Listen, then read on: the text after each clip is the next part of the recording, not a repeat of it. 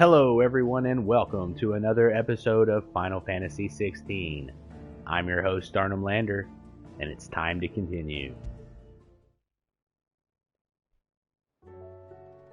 Alright, where'd we leave off? We had just fought an epic battle with Bahamut. Prince Dion had practically lost it, was attacking the city. Did you see the pair that got hauled into tires? Aye, all their fancy silks stained red.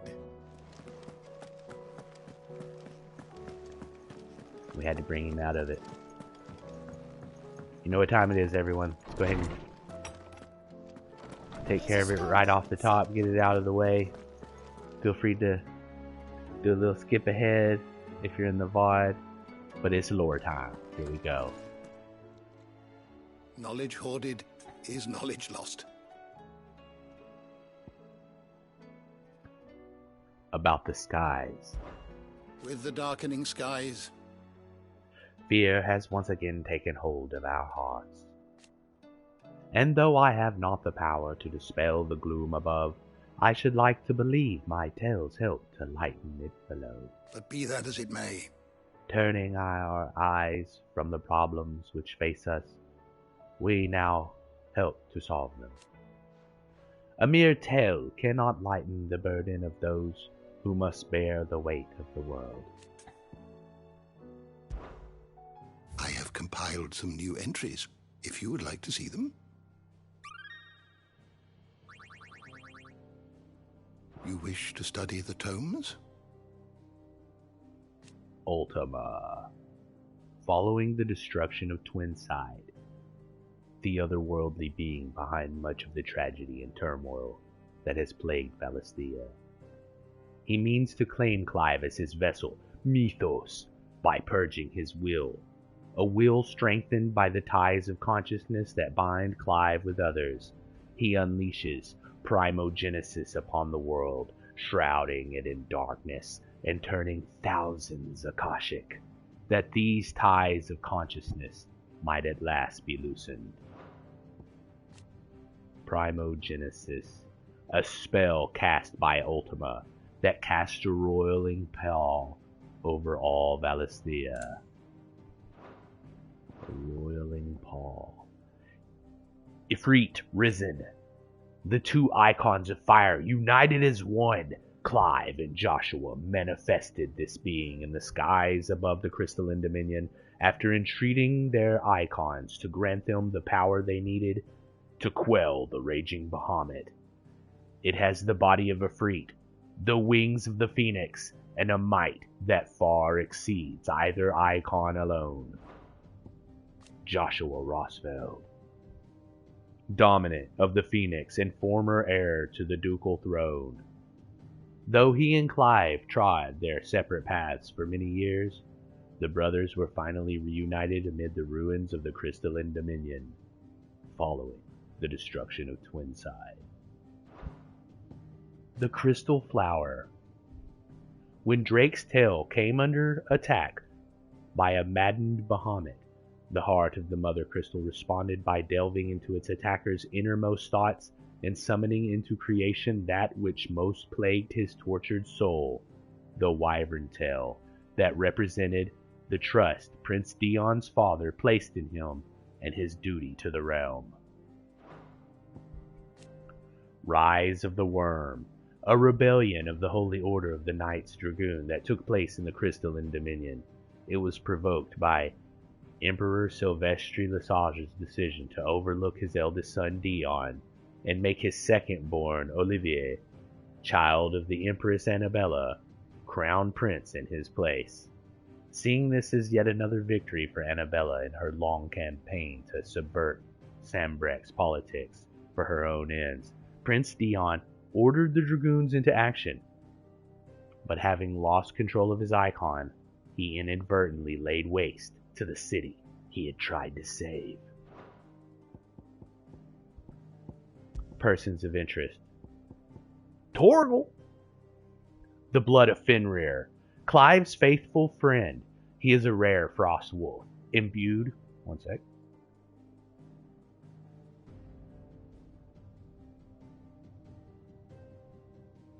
He is a rare frost wolf, imbued with the same sorcerous strength as his ancestor Fenrir, which he calls upon to defend his allies in times of crisis.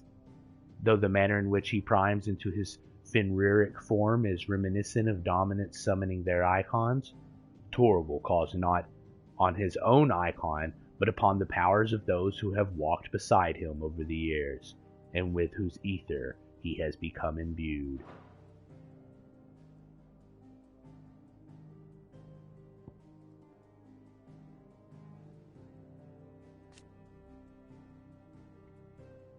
Dion Lesage, Revolt, Prince of the Holy Empire of Sanbreque and dominant of Bahamut. Dion led his dragoons in revolt against the perceived treason of Empress Annabella and her son Olivier, but was instead goaded into slaying his own father and driven to madness, transforming into Bahamut and laying waste to much of the Dominion. Barnabas Tharmir, Waylude's Ambitions, King of Waylude and dominant of Odin, the Warden of Darkness. Though his nation's isolation and ash allows Barnabas to remain aloof from the affairs of Storm, and he has oft elected to do precisely that, his movements of late would suggest that he has ambitions on the Western continent. Otto, a hidden past, chief steward of Clive's hideaway, and Sid's hideaway before it. He first met Sid aboard the trading ship. He worked as a purser, and the two became fast friends. However, after his firstborn awakened as a bearer and his family gladly condemned the son he loved to a life of slavery, Otto could no longer turn a blind eye to the suffering of those touched by the ether. His father rallied to his cause, and together they swore to save Otto's son and others like him.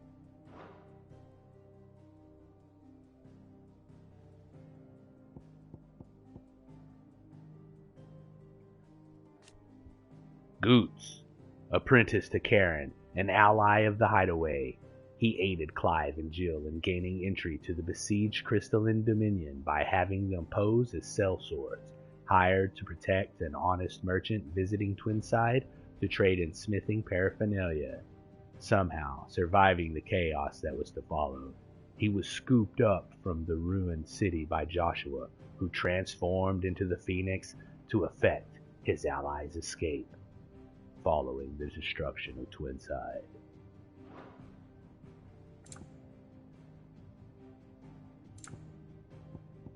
Quentin, the inscrutable landlord of Lost Wings Tavern, and the leader of the village. Once a high-ranking member of the Sanbreque judiciary, Quentin was ousted from his post and his family slain on the orders of the Lord Chief Justice. Quentin swore to bring his own brand of justice upon his nemesis' head, and it is to this end that he recruits like-minded bearers to his cause.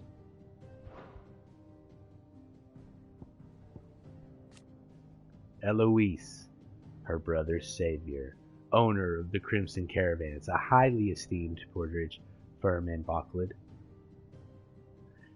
After her younger brother Theodore awakened as a bear, she helped him to flee from their family home and build a new life far from those who would see him consigned to slavery.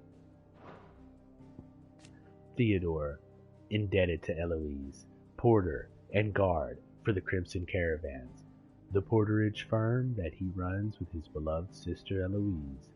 Many beasts and bandits have eyed his company's caravans, but to date, he has cut them all down. Theodore is also a bearer, but was spared the brand after awakening late and being spirited away from his family home by his sister, an act of kindness and self-sacrifice for which he is forever grateful. Honza, an orphan boy of Bocklad, strong-armed into pickpocketing travelers by the nefarious Caststones. After being released from their clutches, Eloise elected to employ him at the Crimson Caravans to keep him from returning to a life of crime. He pledges to become the first customer of Goots's forge when the trader becomes a fully fledged blacksmith. I like that. Annabella Lesage, death. Former Empress of the Holy Empire of Sanbreque, after the fall of Rosaria and the death of the Archduke Elwin, she remarried Emperor Silvestri and bore him a son, Olivier. It was her dream that together with Silvestri, she should found a new bloodline, one blessed by both Bahamut and the Phoenix. Alas, her dreams were to be crushed in the wreckage of the Crystalline Dominion when a maddened Dion slew Olivier, and she was to end her life before the disbelieving eyes of the sons that she had betrayed. Good riddance. Let us not read of her again. Silvestri Lesage, death. Emperor of the Holy Empire of Sanbreque, who plotted with Annabella Rosefield to slay Archduke Elwin of Rosaria and unite their nations under the imperial banner. Together they bore a son, Olivier, to whom Silvestri was beguiled into forfeiting his throne. Much to his first son's displeasure, Silvestri lost his life to Dion's spear when he leapt to Olivier's defense in the throne room of the twin-side capital. Olivier Lesage, death. Son of Silvestri and Annabella Lesage. Thanks in large part to his mother's machinations, Olivier was anointed Emperor of the Holy Empire of Sanbreque, a fact that triggered his half-brother Prince Dion to launch a coup against him. It was Olivier's sinister goading that drove Dion to madness and led to his own demise, pierced through the heart by Dion's spear. As the boy died, his body crumbled into dust, proof that he had become naught but another puppet of Ultima. Okay. I always wondered if he was ever really real in the first place. Barnabas's mother. The mother of King Barnabas of Waylood, or at least an Ultima summoned illusion of her, as his majesty remembers her in life. Lay of the land.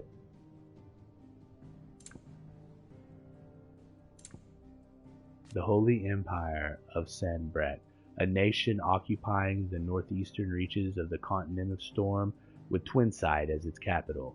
Apparently not content with the upheaval caused by removing his court to the recently seized Crystalline Dominion, Silvestri Lesage chose to compound the unnecessary by installing his second son, Olivier, as Holy Emperor, while still a child. The Holy Knights Dragoon, elite troops of the Holy Empire of Sanbreque, led by Prince Dion Lesage. Drawn largely from the nobility of the realm, their status as Knights of the Sacred Dragon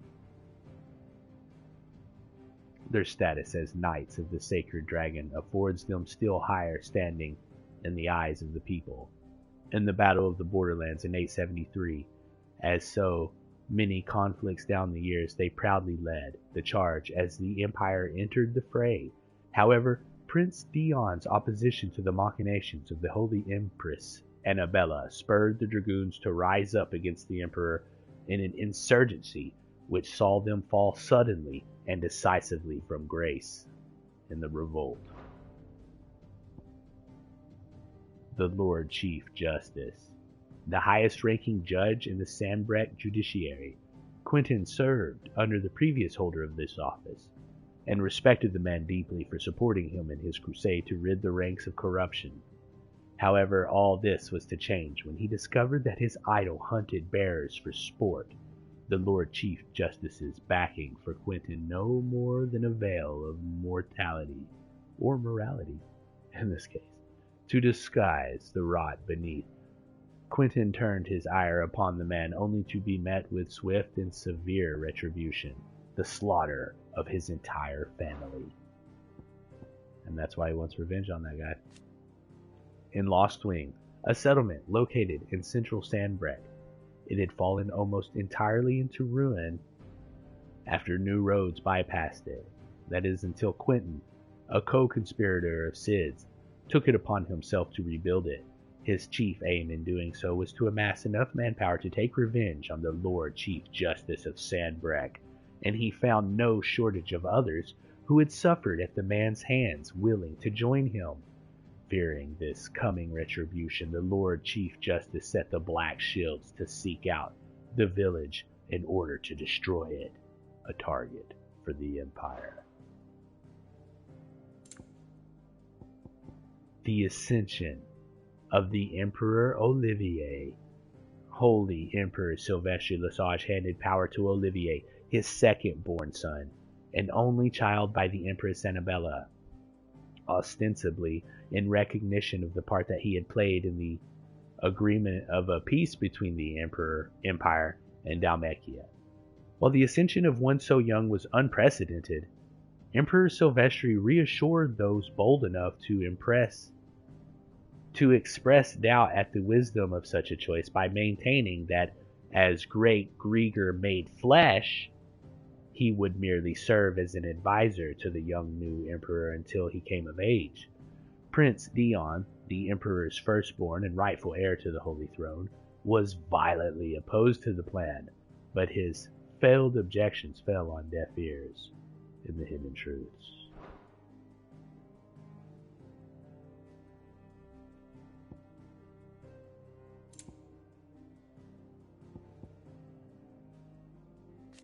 Bocklad, a busy market town situated on the northeastern coast of Dalmatia, where the Strait of Altha drains slowly into the gaping crater of Zemeckis' Falls. Also known as the Thousand Tables, its streets throng with merchants from across the realm, each loudly hawking their wares to keen-eyed customers intent on finding a bargain. The gate at the rear of the town leads directly onto the Crystal Road and therefore out of the Republic. As such, it is heavily guarded against unauthorized entry or exit, and the gates are closed. The Crimson Caravans, the most prestigious portering company in the market town of Bocklad, led by the brother and sister team of Theodore and Eloise, and for a small fee, they will move anything that needs moving, and if the cargo happens to be bearers recently released from slavery, they may even consider paying it from their own purses. Oh yeah.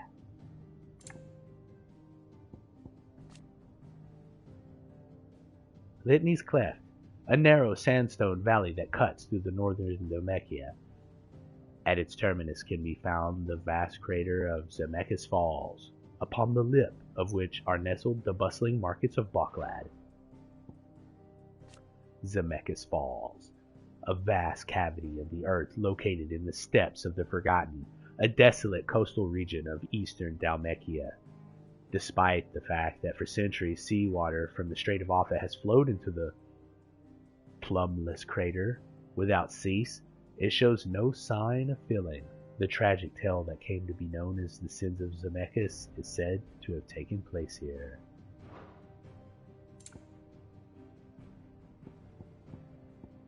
The Crystalline Dominion. Following Dion's rebellion, a once independent state straddling the continents of Storm and Ash. With the incursion of the Holy Empire of Sandbreck in the year 873, the independence was reduced to little more than a pretense. But things changed once again in 878 when Prince Dion Lesage and his dragoons instigated a bloody coup. As imperial institutions fell into disarray, so did the situation in the Dominion and beyond. After 5 years, Sandbreck's dominance in the region ended as quickly as it had begun. So 5 years ago from now, after we destroyed the last crystal and they had to move the capital. Drake's Tale. After the Mother's Fall. A mother crystal that was located in the Crystalline Dominion. It was one of only 5 remaining in Valisthea and the largest of its kind. It was lost in the chaos that followed the rebellion spearheaded by Prince Dion Lesage and his Knights Dragoon, but not before undergoing a fantastical transformation. heretofore unwitnessed in the entirety of Valestian history. A literal blossoming of the crystal, its shards peeling away like petals of snowy daisies to reveal the sacred heart within. That was pretty cool when that happened, actually. The crystalline impasse, following the Republic's destabilization. A conflict fought between the Holy Empire of Sanbreque and the Republic of Dhalmekia in the year 878. The dispute was born from the Dhalmekians' fierce objections to Sanbreque's occupation of Twinside, capital city of the Crystalline Dominion. However, when the Republic finally entered the fray, it found itself sorely outmatched. Cid the Outlaw's destruction of Drake's Fang further weakened their position, and with their homeland in chaos, the Dhalmekians were forced to negotiate a withdrawal. Credit for this turn of events was largely attributed to Olivier Lesage, second-born son of the Holy Emperor, in light of which he was made Crown Prince of Sanbreque.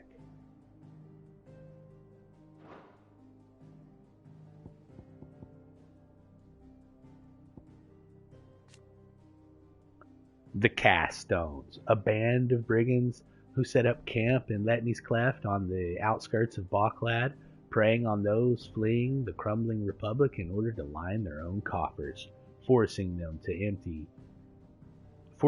either empty their own pockets or pick the pockets of others on threat of death.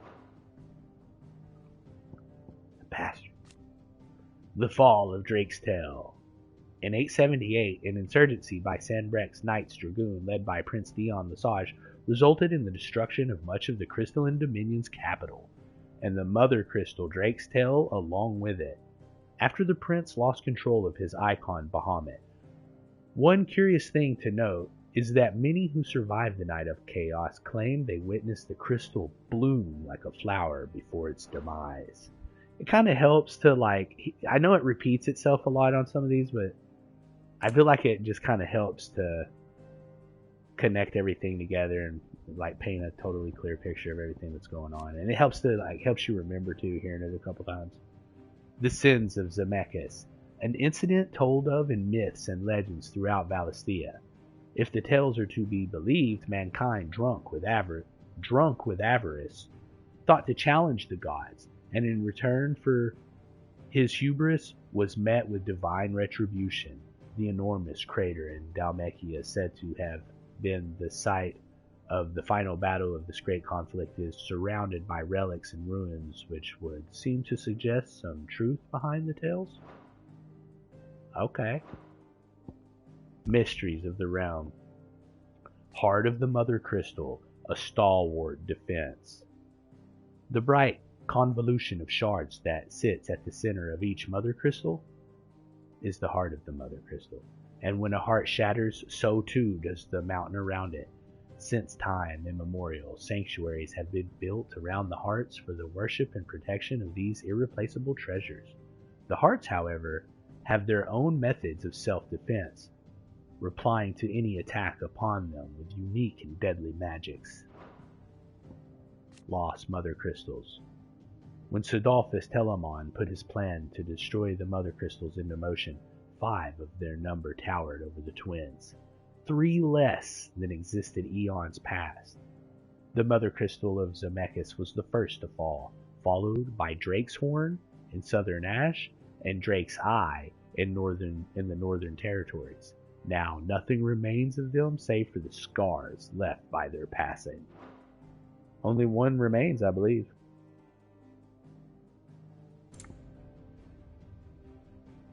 Either 1 or 2.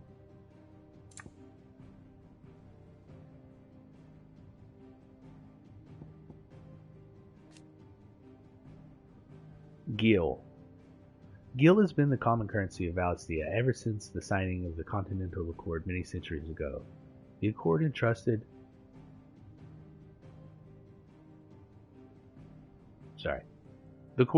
the administration of the currency to the realm's most trusted merchant guild. Headquartered in what would later become the Free Cities of Canver, the new currency took its name from the founder of said merchant guild, the legendary trader Gilbard the Golden. Trade flourished around the newly established mint, and over time, The worship of money grew into the full-fledged religion of the Great Bank of Gilbard the Lender. The worship of money grew into a full-fledged religion, the Great Bank of Gilbard the Lender. Worship of money. Let's just go ahead and say it out loud.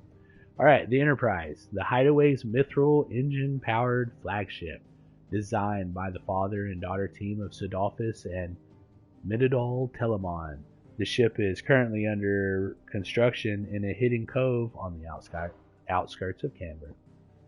The mithril engine is the technology designed to propel the Hideaway's flagship, the Enterprise, across the seas at heretofore inconceivable speeds. It is not fueled by magic, but by mithril, a hard, inert substance refined from deadland soil. Inert that it is, unless burned at blistering temperatures, whence it releases all the energy stored within. For which reason, cooling is required in the form of 3-piece thermal displacement stacks. Yeah, Mid told us all about that. Adamantite, one of the hardest known materials in the Twins. Seams of its ore have only been found in the far-flung reaches of Ash, where the forces of first Vettermark, then Waylude, often warred with the orcs who claimed that the lands as their own. Though the metal makes for fine arms and armor, the rarity of both its ore and the craftsman's versed in its peculiarities of its forging ensure that adamantite weapons remain the preserve of the rich and powerful.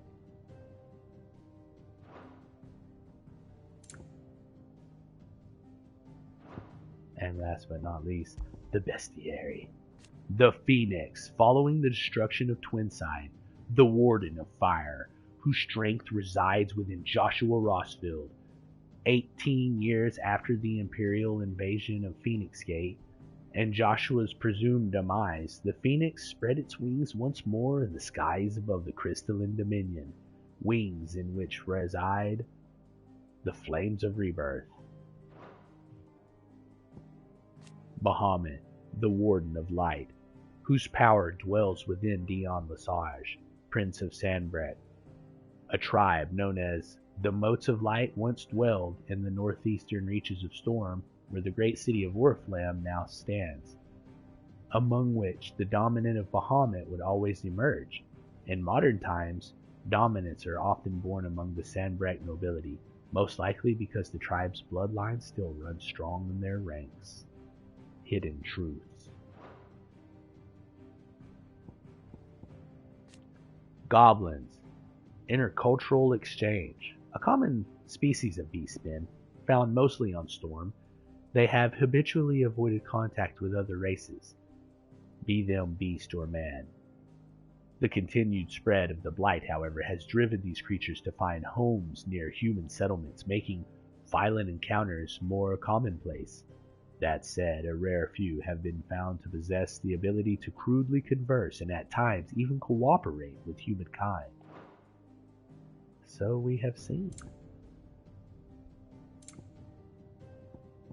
And last, again, but not least, the dragons. Majestic winged beasts that are commonly considered to be some of Valistia's most ancient creatures, albeit rarely sighted in modern times. There are countless myths and legends regarding dragons, one of the most prominent being that Valistia itself was formed when a mighty drake fell from the sky. According to the Gregorian faith, dragons were created by the goddess herself to serve as holy sentinels over her earthly demesnes, and as such have long been employed by the Holy Empire of Sanbreque in various martial roles within and without the Imperial Legion. And there you have it. All caught up. The door to the shelves shall ever be open.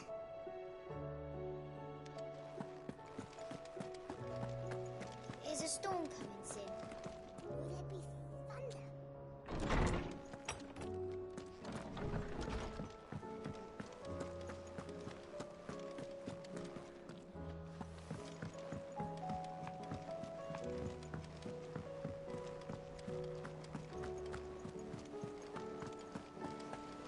see that? Tell me you saw that.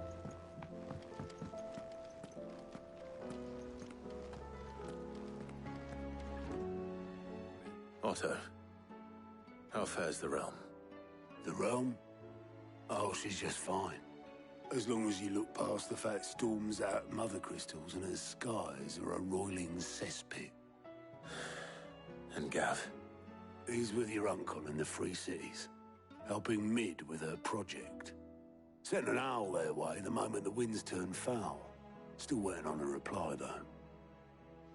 Do you have any good news? Well, that depends on your definition of good. All right, fine. What do you suggest we do? Oh, no, I'm just a messenger. I leave the scheming to those more suited to the task. Could be that Lady Vivian and Old Tomes have their own thoughts on the current state of things. Could be that they don't. It certainly can't hurt to ask. I suppose not.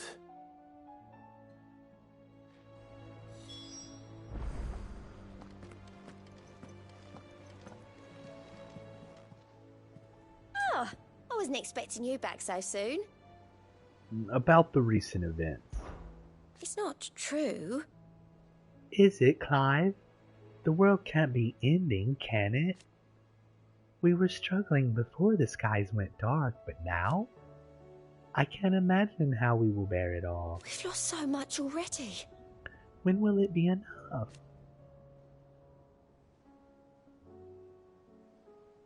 It will end, won't it, Clive? Is everything we've received and everything promised? A light from the heavens. The goddess Grieger teaches us that to walk with the wretched is an act of greater good.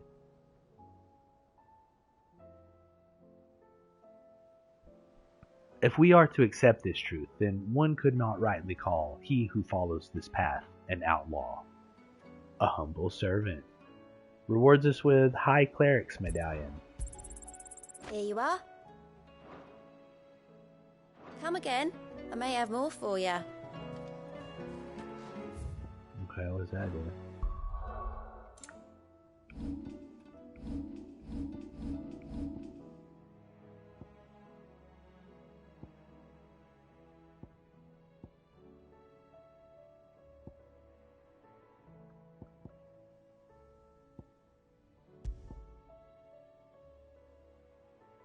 Increases healing potency of high potions by 25%. We also have Favor of the Earth, which increases Raging Fist damage by 10%. No thank you. How is it that every one of your little excursions presages some inexplicable catastrophe? Not that you are to blame for the Dominion's fate. No one could have predicted the actions of the Crown Prince. I'm sorry I couldn't save your home. My countrymen are stronger than you think. A few toppled clock towers won't break their spirits. They'll be back on their feet in no time. I hope so. Look at us. Bluer than a pair of bog crabs. Tempting though it may be, sulking will not help us find a solution to this mess. You believe there's one to be found? I don't know. But I am certain we're more likely to find it if we first examine the facts.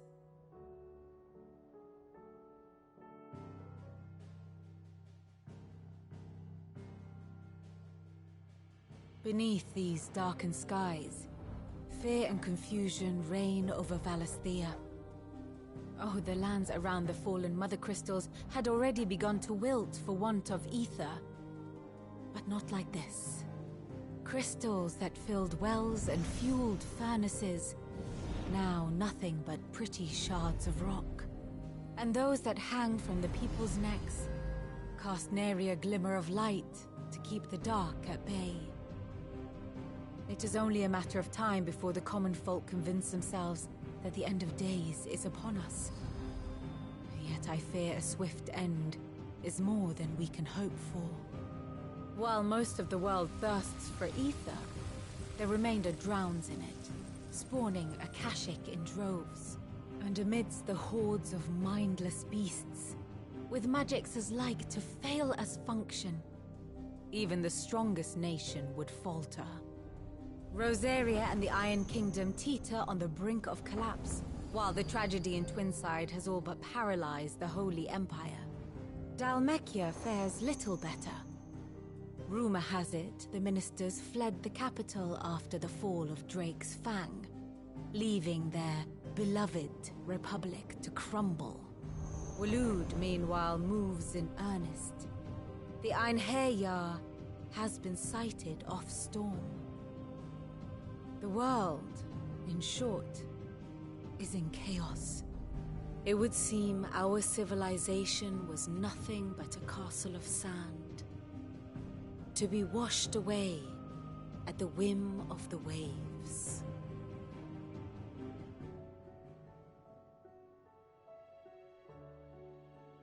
A castle of sand. Not my best flourish, but it seemed fitting. The reports I've received are considerably more blunt in their appraisal. Without the protection of their nations, it will fall to the people to defend themselves against those who would take what is theirs. Which is only ever going to end one way. Defending a farmhouse against a band of chocobo thieves is one thing, but pitchforks and palisades will do little to stall an army's advance. Should the King of Waloed deign to invade, there would be none to stop him. None but us.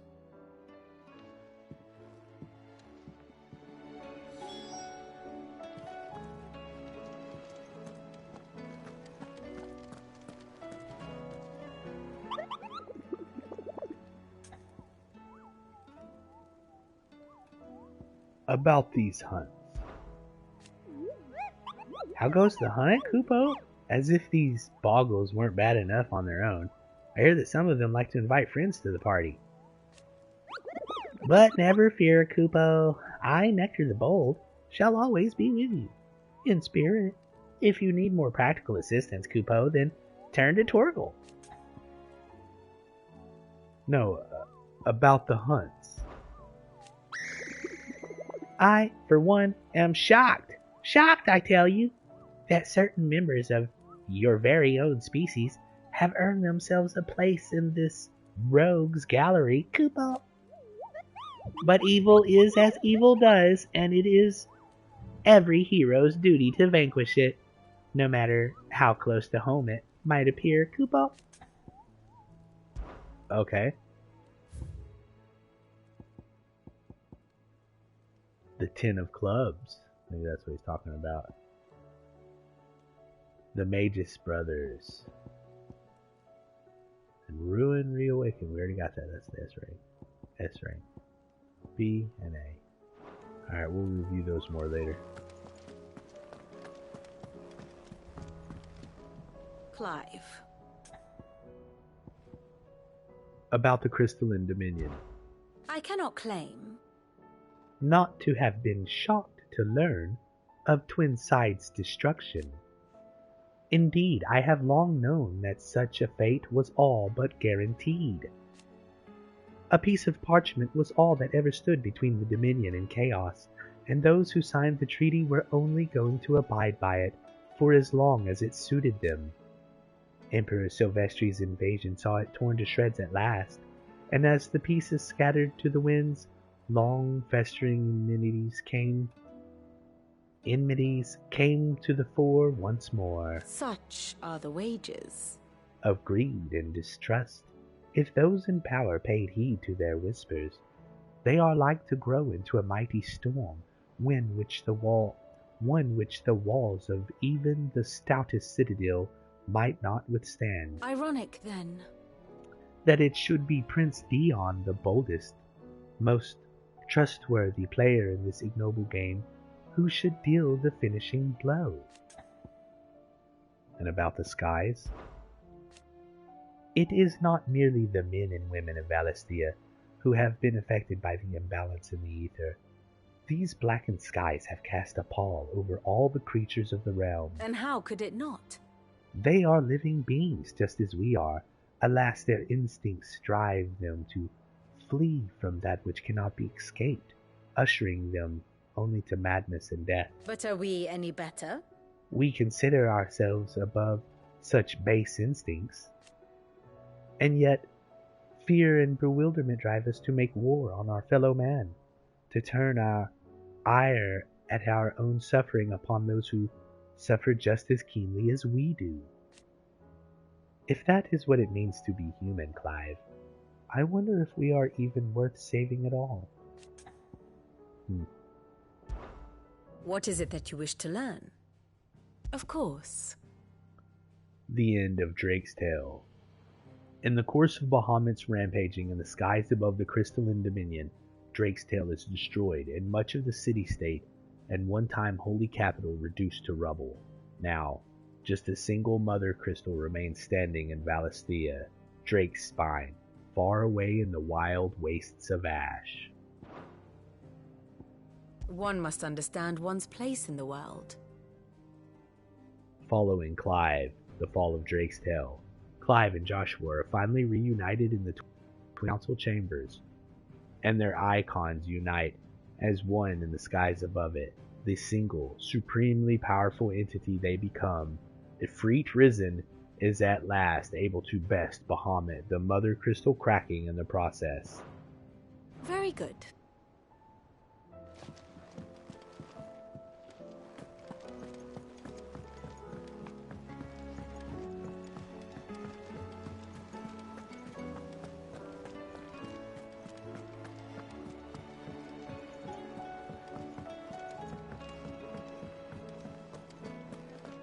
Seems the hideaway's lost its appetite.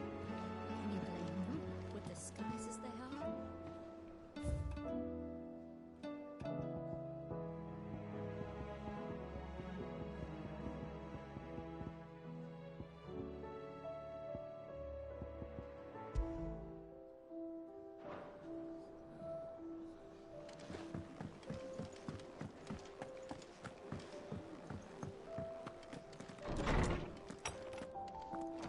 Is a storm coming, Sid?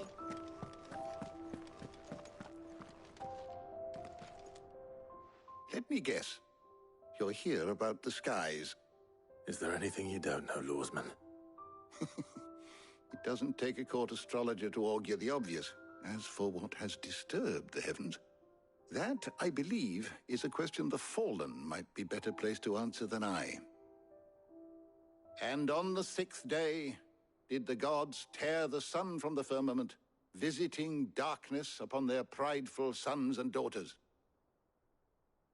But I dare say you remember your childhood lessons on the sins of Zemeckis only too well. You think they're connected? That Ultima was one of the gods responsible? Well, he has certainly exhibited powers that we mortals would associate with the divine. There is nothing divine about him. But he wouldn't be the first god of whom that could be said, now would he? Yet for all the fairy tales that tell of the sins, there is almost nothing in the way of actual historical accounts. Had I the Journal of Moss the Chronicler, I may have been able to tell you more, but alas, I fear all remaining copies have been lost to time. You will forgive me, I hope? Certainly not. Because there is nothing to forgive. Even without this journal, you've provided us ample wisdom. And we will always be grateful for it. Perhaps Otto will be more inclined to share his thoughts when he hears what the others had to say.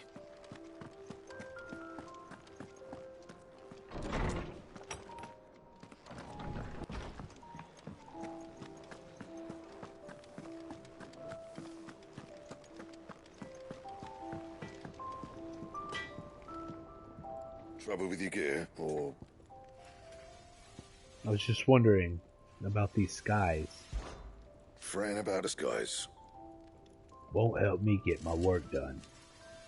So I'm gonna keep my forge and leave saving the world to those better suited to the task. Unless that is... They fancy giving me a hand shoeing the birds. No. But maybe you could give me a hand. About this Brightburn. Stronger than Excalibur, by the way. Requires a grindstone. a light shard. That's what we got from defeating Bahamut. And 4 meteorites. Should last you a good while.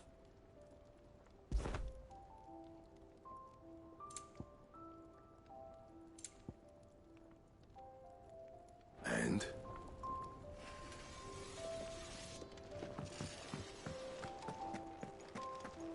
Let's go take a look at it.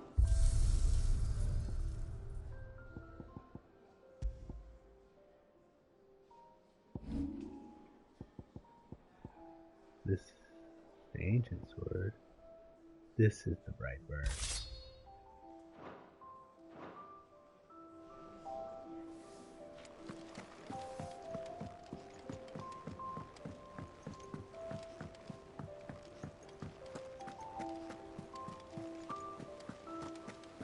Did you see that?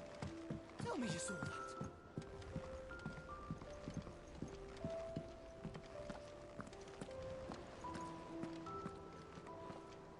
Clive, we have a problem.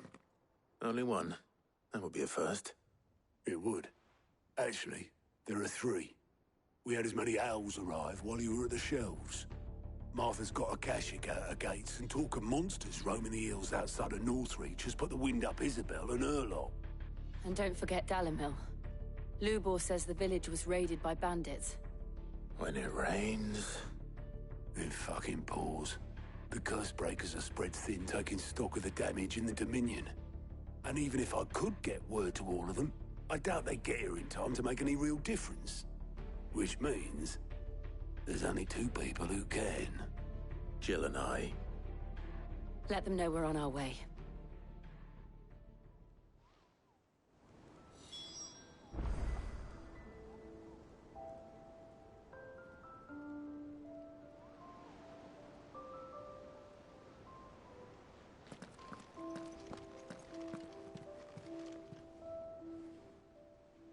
Fancy a look at the list, do you?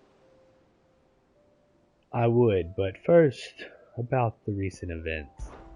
I don't mean to be gloomy. But the whole world's gone to shit. Reports used to be about troop movements and chances to set bearers free.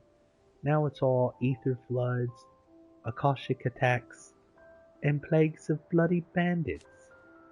The Cursebreakers and all of our other allies are doing what they can to keep their heads above water, but They need all the help they can get. they're counting on you, Clive. We all are. Quick look.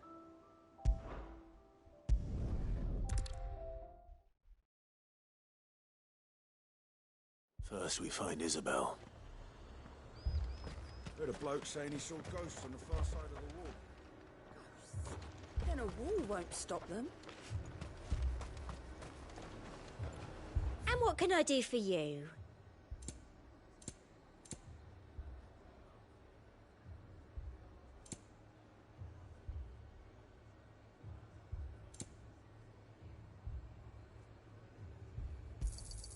I do like a customer who knows what he wants.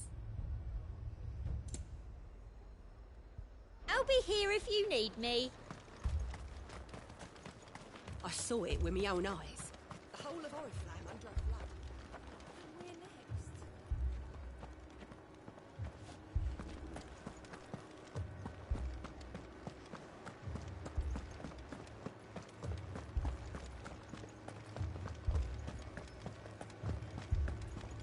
I can't do it. I can't fight those things. But you can. You must.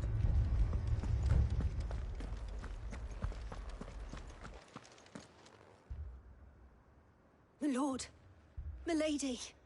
We received the dame's message. There have been sightings of strange creatures, I understand. With the blue eyes. Yes. Like a Kashik, but different. They've taken so many. I've lost count. Akashic, but different. Ultimus thralls. And what of your mistress? Is she here? Oh, no. She went to the garrison to ask what they were planning on doing about all this. Then we'll look for her there.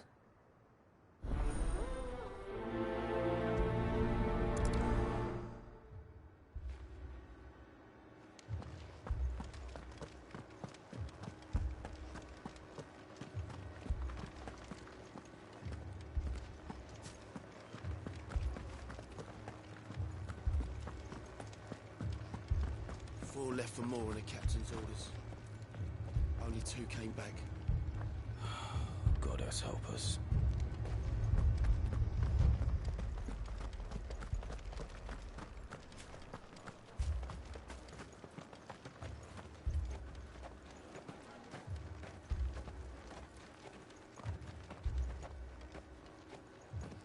Madame, please!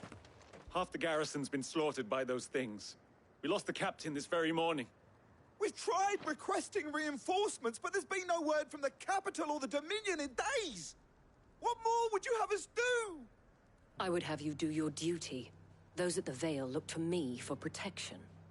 And protect them I shall. Because they are my charges, and that is my duty.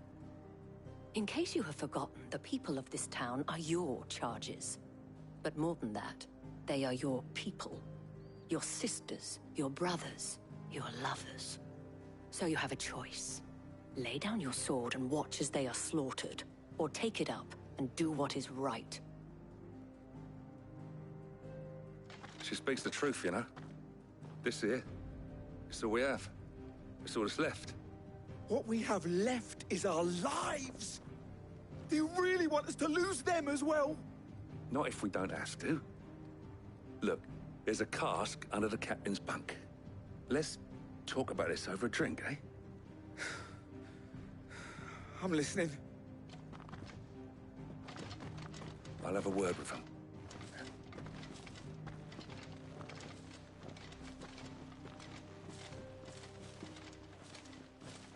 Ah, Clive. I didn't expect help to arrive so quickly. And sought to take matters into my own hands. It was a noble effort, but I thought you might still need some support. How like you to consider my needs. What we need to consider is where the creatures came from. The way the survivors speak of them, one would think they appeared out of thin air. And perhaps they did. It's hard to know what to believe these days. We'll talk to the survivors.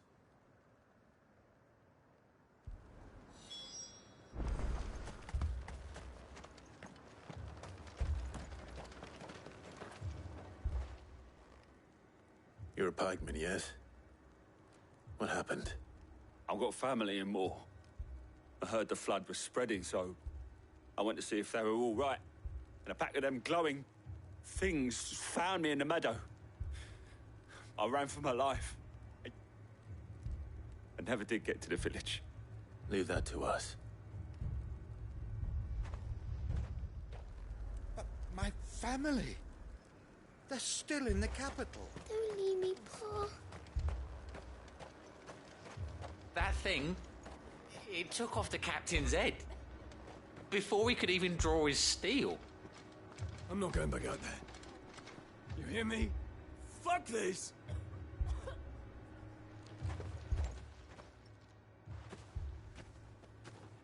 Did you see the creatures that attacked you?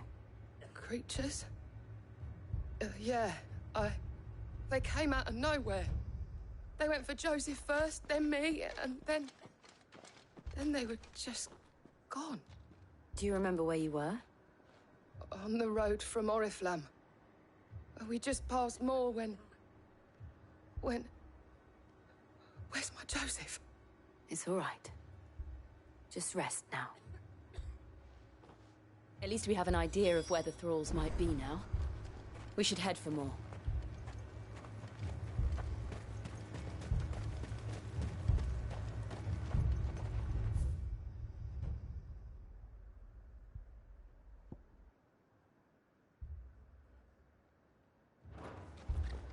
I assume you have a plan? We need to find out what we're facing. The captain lost his head because he never stopped to use it. If we reman the towers and fortify the walls, we might just stand a chance.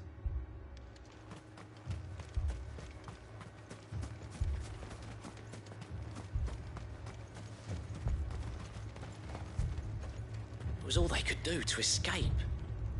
They just left the bodies there in the flood.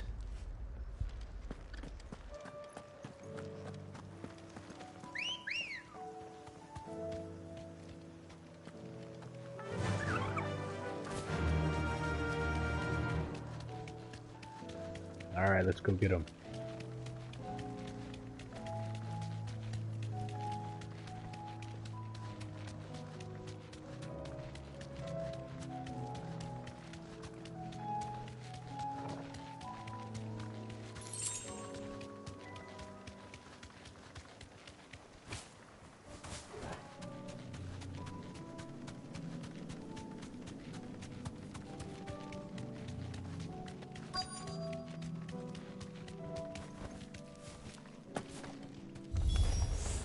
Clive, look. I see them. With me. Stay down!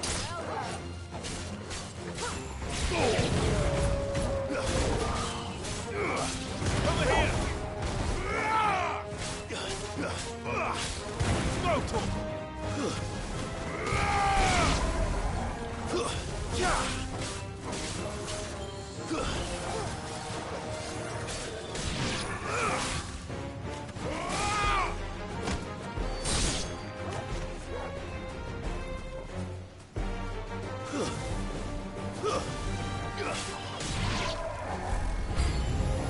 Should I prime? Save your strength. Prime for just this? I'd say not.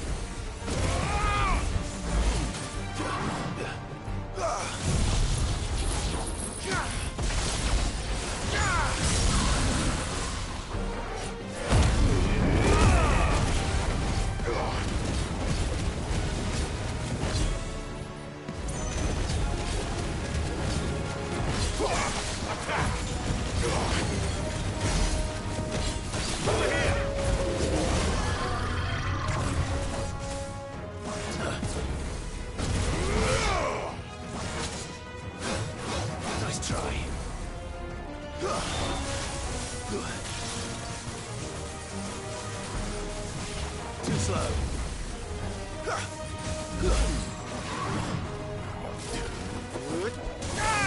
Nice try.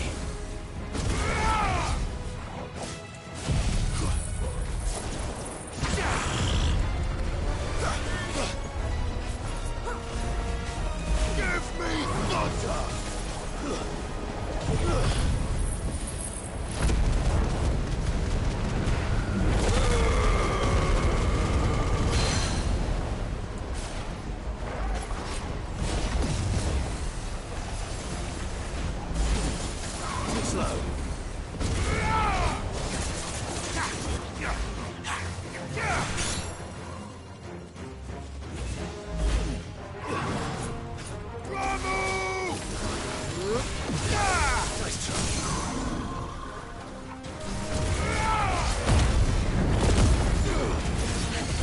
You're finished.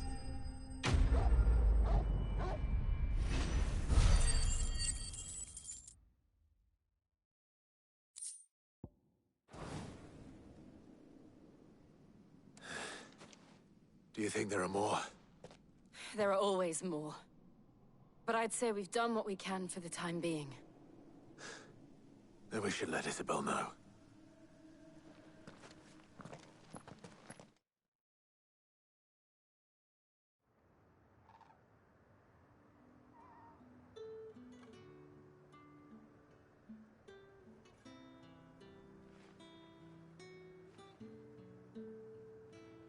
You have the town's thanks. Don't thank us yet. There will be more. Many more. And you'll need to be ready for them. Oh, we shall. Isn't that right, Captain? Yes, milady. The garrison will be ready. Philippe here has convinced most of the men to remain at their posts. For now, at least.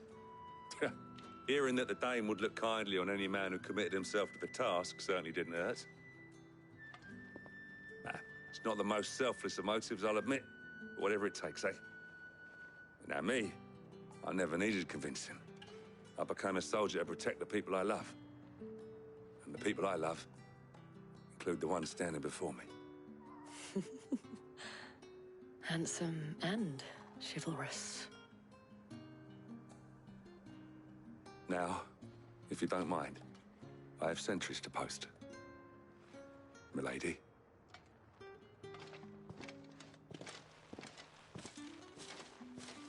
Lest you wonder, I'm not foolish enough to believe that this has solved all of my problems. But it has solved one, and that's one fewer than I had this morning. Thank you again, Clive.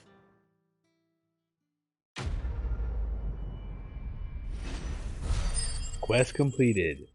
Why we fight.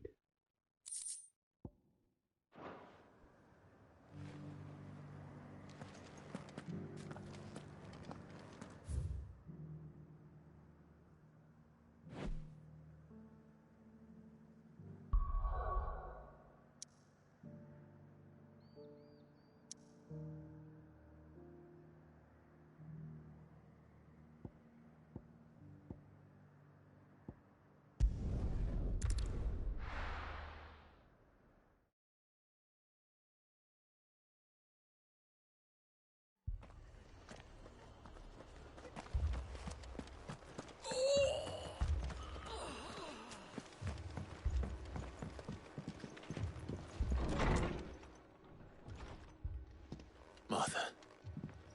It's good to see you. And you, Clive. Jill? Otto said he'd been attacked by a Kashik. What exactly happened here? Those skies are what happened. Not long after they fell dark, we had our first visit. There were hundreds of them. Tried to storm the hill. Only a handful made it up here, but that was more than enough. The rest are still down there now. And while we have a few willing fighters holding them back, they're sorely outnumbered. What do you think, Clive? That we join the fight? I thought you'd never offer. Now, where I need you is the Fallen Gate. That's where the fighting is fiercest. Let the men know you've come to help. Something tells me they'll be pleased to see you. We're on our way.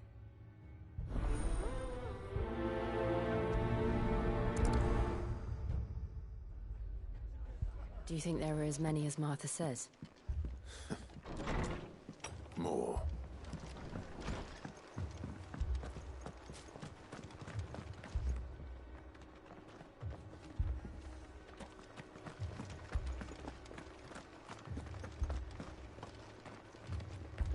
You don't think they've abandoned us, do you? Them not. Not a chance.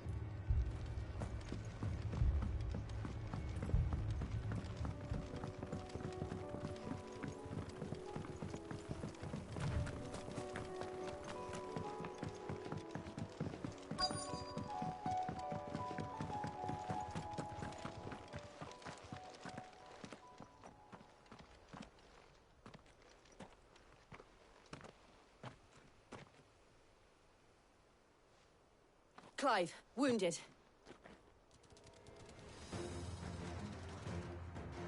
We deal with the Akashic first.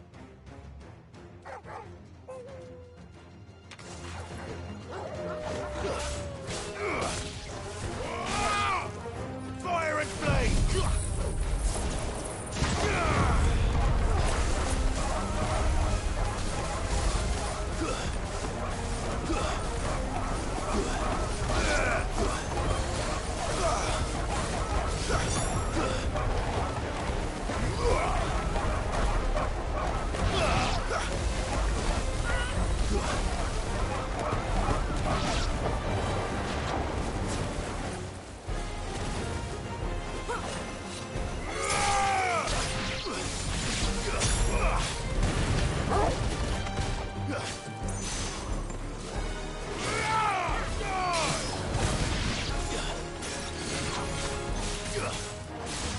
this one.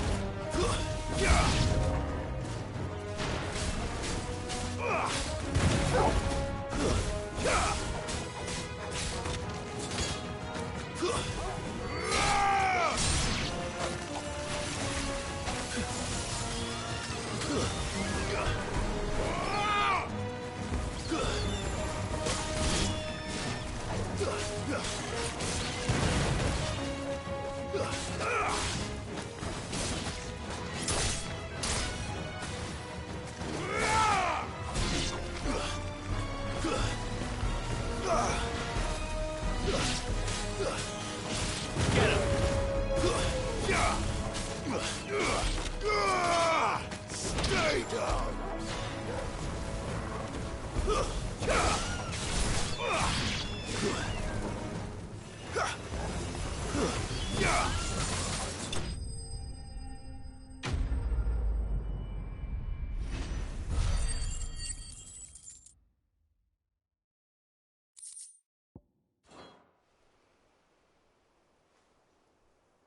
These men don't have the look of hired swords.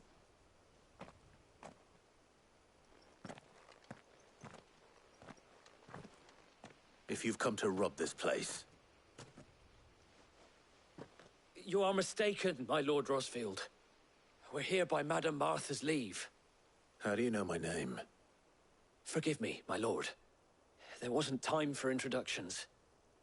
We're with the Guardians of the Flame. Wade's men? But how did you come to be here?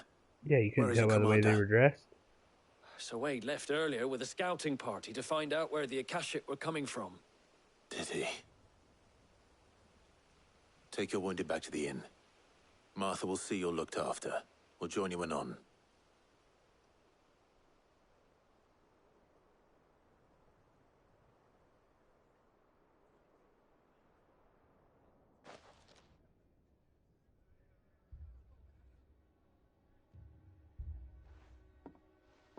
And to think you took them for thieves.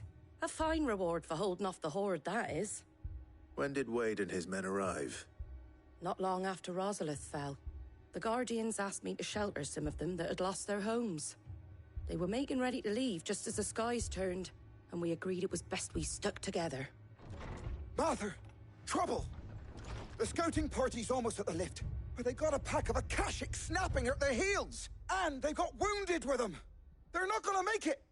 Damn it all. We'll worry about them, Martha. You look after everyone here. If any can still fight, send them to the lift. I will. You two be safe now.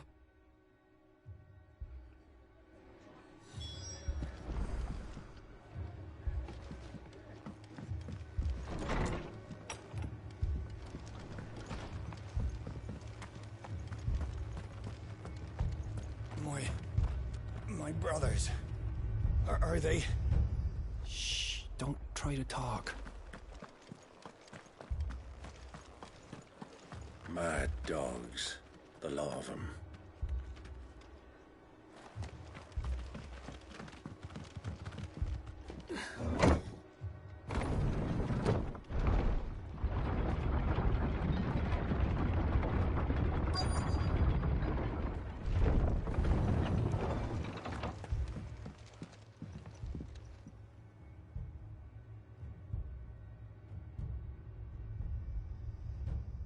Squire, I need you to get those who can still walk up the lift to Martha's.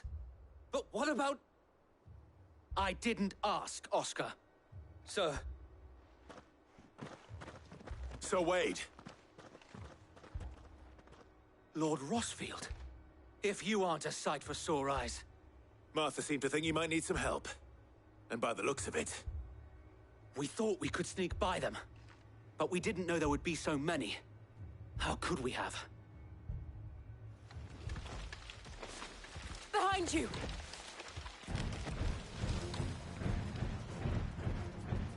Damn it! We need to get the injured to safety. Do you think we can hold them off? We can certainly try. Are you with us, Sir Wade? Always. Then let's do our duty.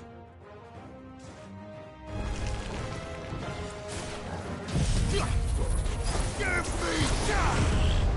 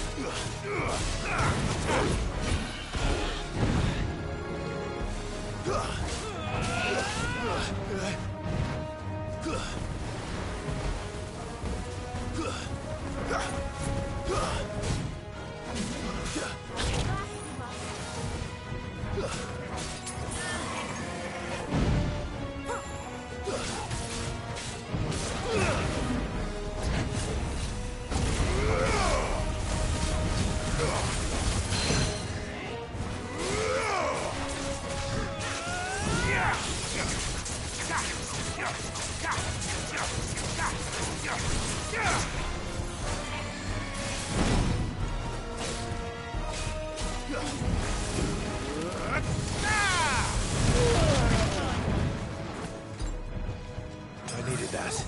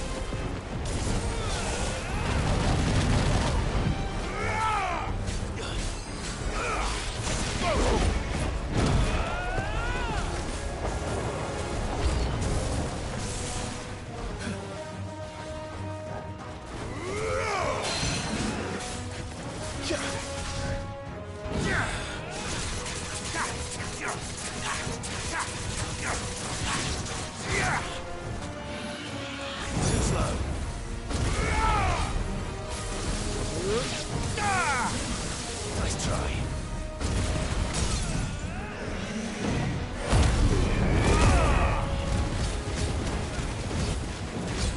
Get him!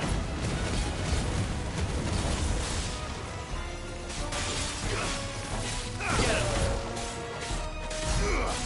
Over here!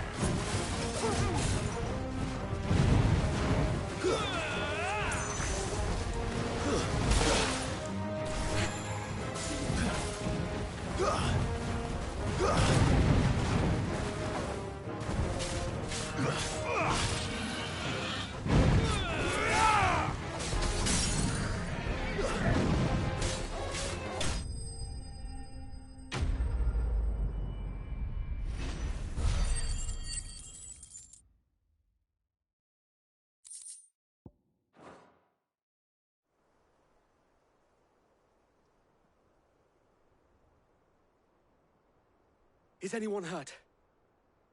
I don't think so. And yet again, you've pulled me from the flames. It's just a pity I keep walking into them. You've never been one to shy away from danger, Sir Wade. Like any shield worthy of the name. I see you're all in one piece. Martha! Is something wrong? The lookout saw smoke coming from down Eastpool way. Too thick to be a hearth. A second horde. Feel like finishing the job. Always. Jill and I will make for Eastpool. You'll need to move the injured without us. Don't you worry about them. The moment my men are safe, I'll follow. Good luck.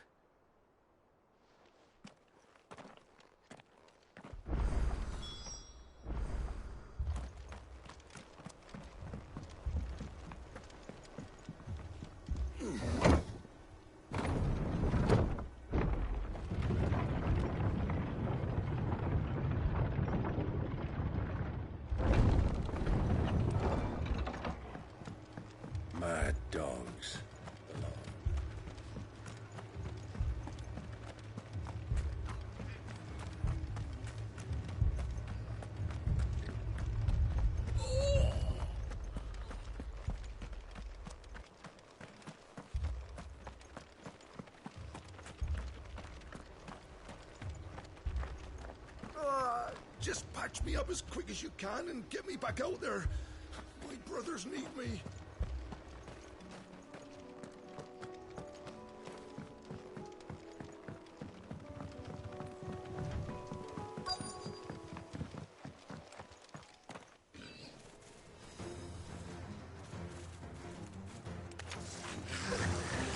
They're headed for the rest. We have to slow them down. Martha and the others won't be ready.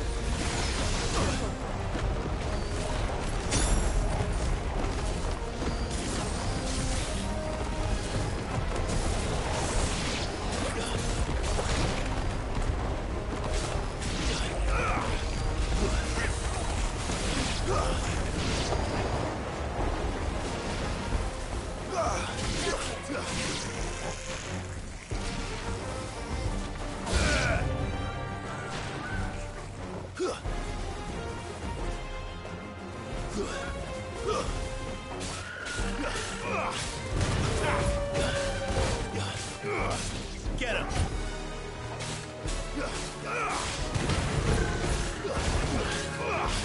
Get him!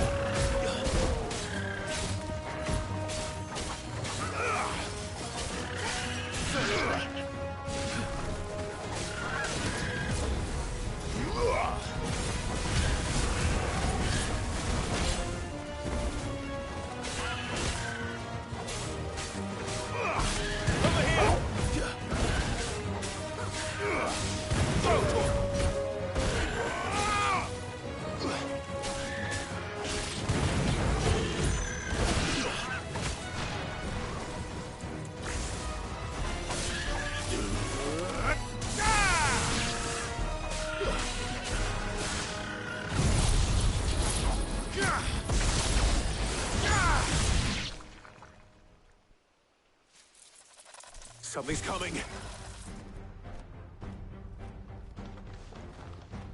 Apologies, my lord. Did I miss anything? Only the first round, so wait. Shall we?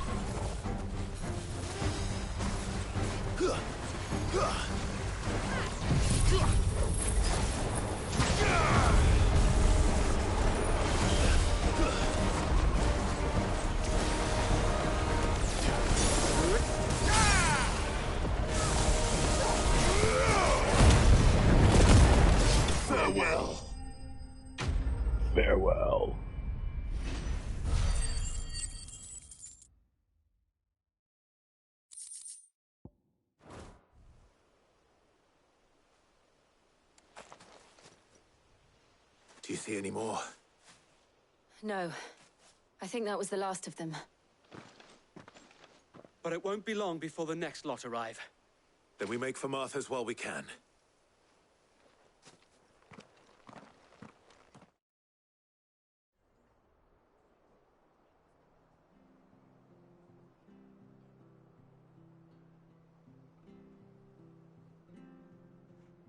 What did you find out there?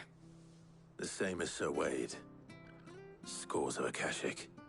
Well, wherever they came from, they're gone now. Our lookouts say the lowlands are clear. Hopefully we'll have enough time to lick our wounds. How many of your men were injured? A damn sight less than if you hadn't turned up. Thank you. It was a hard-fought victory. But as long as the skies remain dark, I fear the Akashic's numbers are only going to rise. It's not a matter of if the Horde will be back, but when. And whether that's sooner or later, we'll need to be ready. The inn here affords a good view of the land, and is easily defendable. I'd like to make this one of our outposts. What do you say, Martha?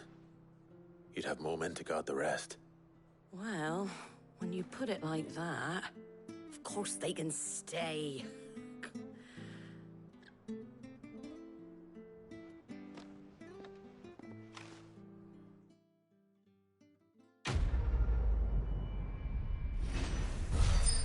Quest completed.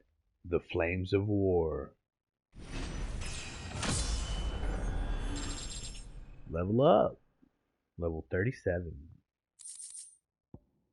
And we acquired the Guardian Scarf. A symbol of trust, loyalty, and undying friendship. For as long as the Firebird's flame burns in our hearts, the Duchy cannot die. Sir Wade. My lord, there's someone I'd like you to meet. Oscar, over here.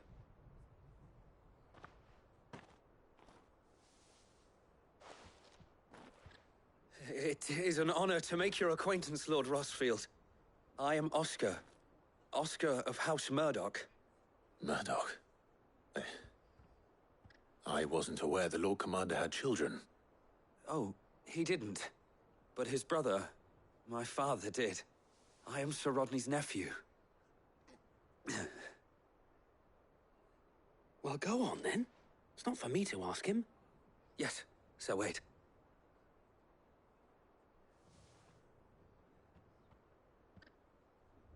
If it please you, my Lord Marquis, might you take me as your squire?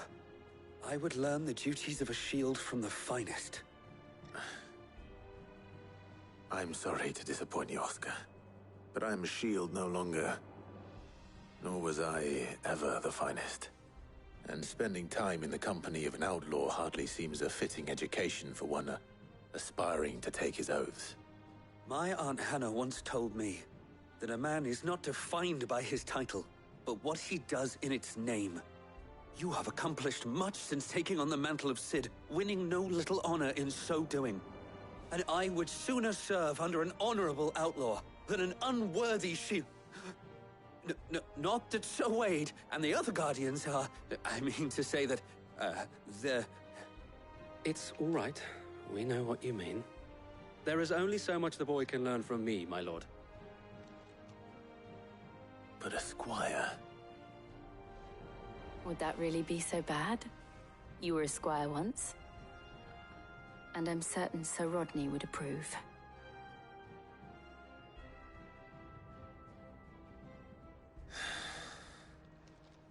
Know that I'll show you as much leniency as your uncle showed me. I would not have it any other way.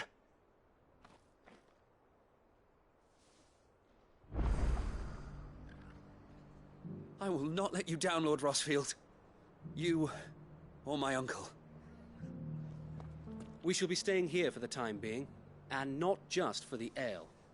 I'll have one of my men escort Oscar to Benimir once he's said his farewells.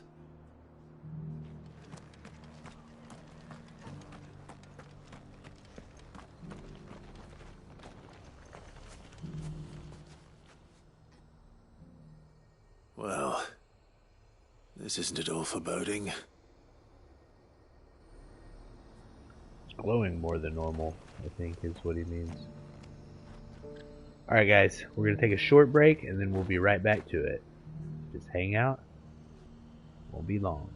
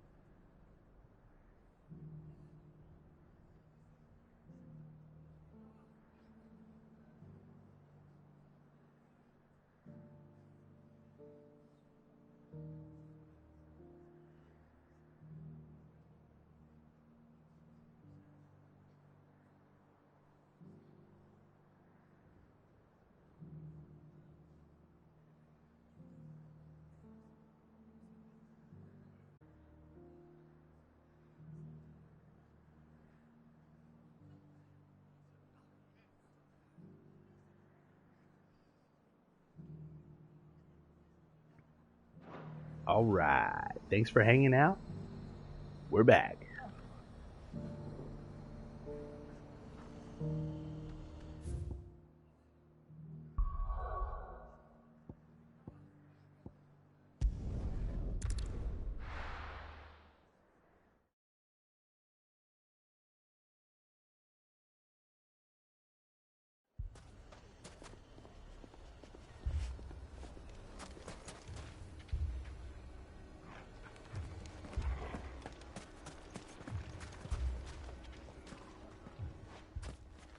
Sid!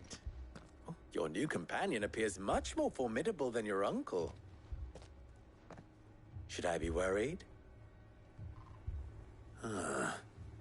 You haven't been introduced.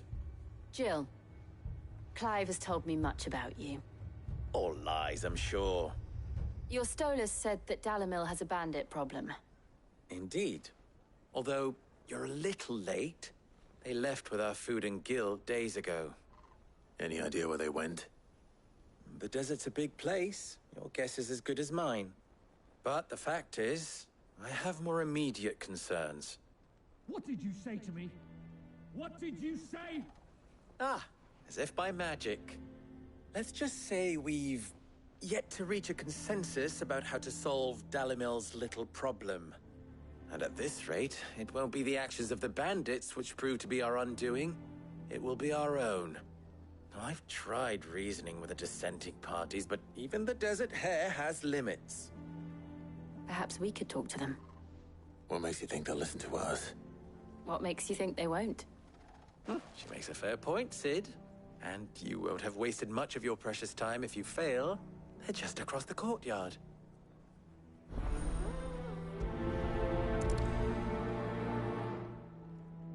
Suppose we just follow the shouting.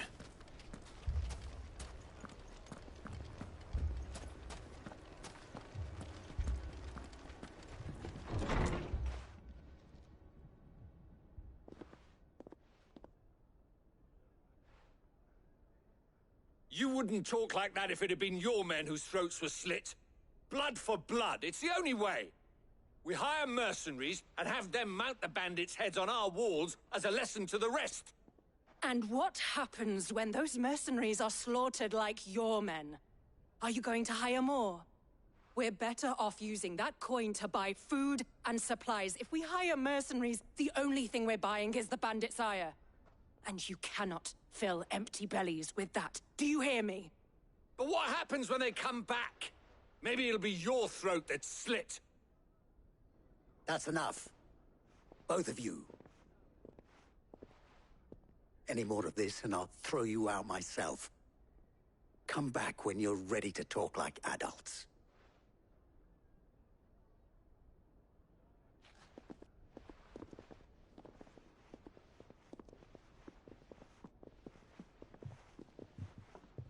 Victor. What's he doing here?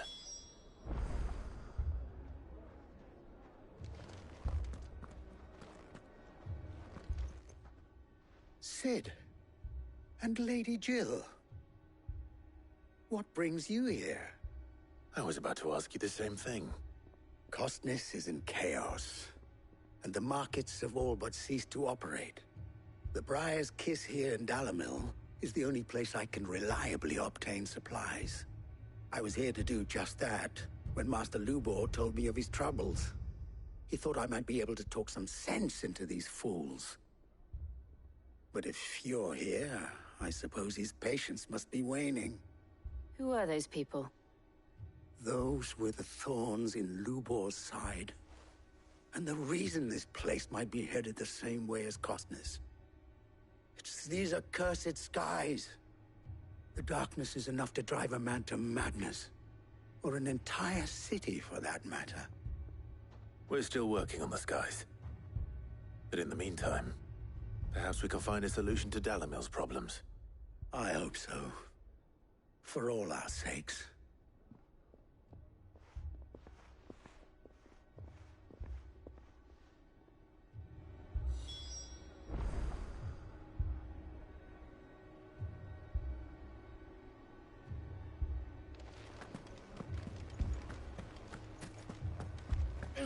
Fucking thieving bastards. As if life hadn't been hard enough round here since the fang fell. Poor bastard. Couldn't run because of the weight of his load. Still, better a branded than one of us. Still thinking that way, huh? Even after all this. So, you see my predicament? What I saw was a room full of people who were angry and afraid. And with good reason by the sound of it. But if left to smolder, that anger and fear could set the entire town alight. My thoughts exactly. What to do? Both sides wish to protect their homes and livelihoods, if only they could agree on how. But as long as they are divided, we are vulnerable. And if there's one thing bandits like, it's an easy target.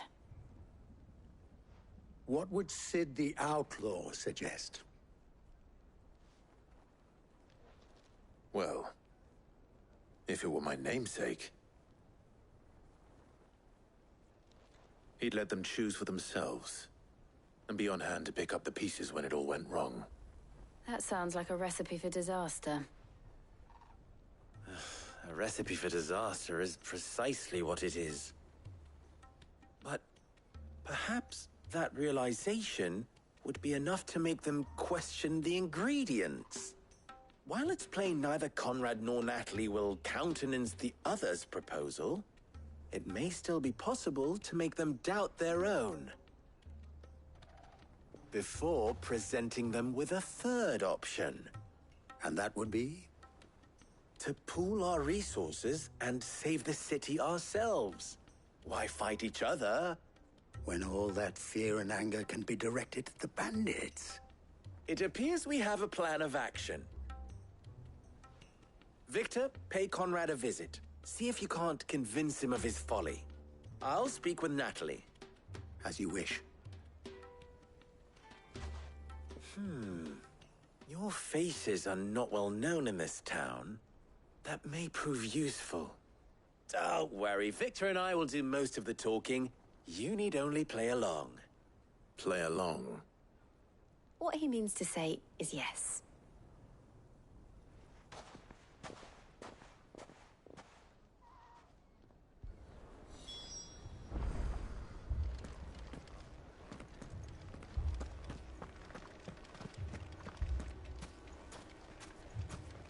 Picture it, Conrad. Your own city guard. With you as captain. Me? I don't know about that.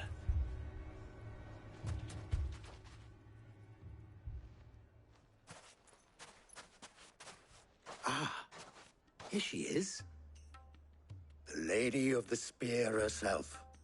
Conrad, may I introduce you to Jane, commander of the Red Wings, the oldest mercenary guild in the Free Cities. A pleasure, my lady.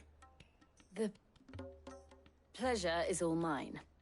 As I told you, I summoned the commander here from Canver to inquire about a contract.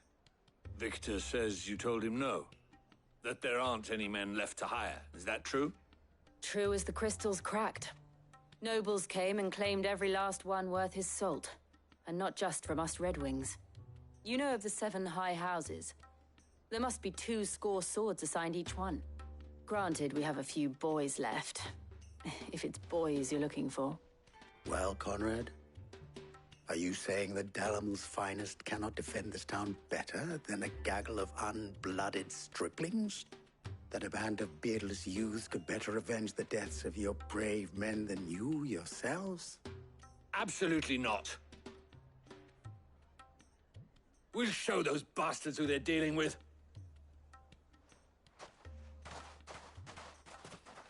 I can't believe that actually worked.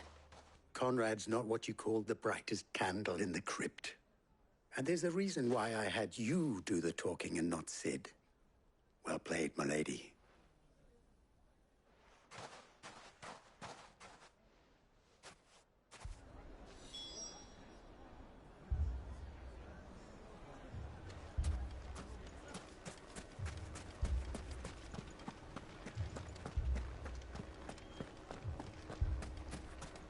shop. If I had my pickaxe, I would have... I mean, it may still be possible to buy something, and we may yet be allowed to keep it. Yes, but... Ah, here he is now. Natalie, allow me to introduce Lord Underhill of Randalar's prestigious League of Merchants. Lord Underhill. At your service. Underhill?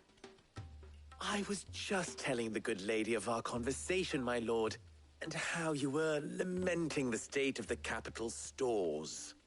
Lubor says that not only are the granaries almost empty, but that war and the Blight mean this season's harvest won't be enough to fill them for winter.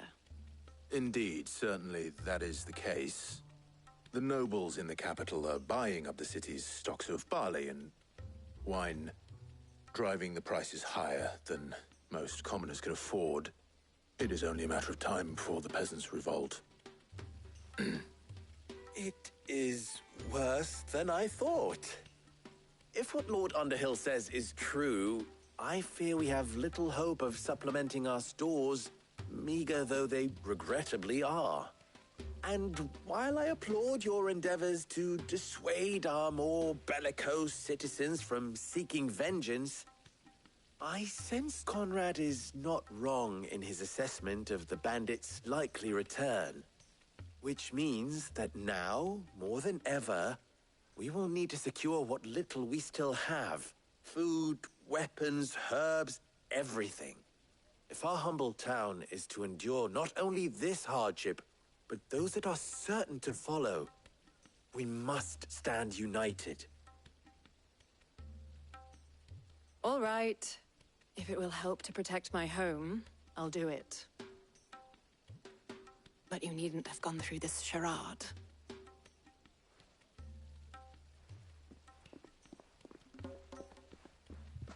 Thank you, Clive.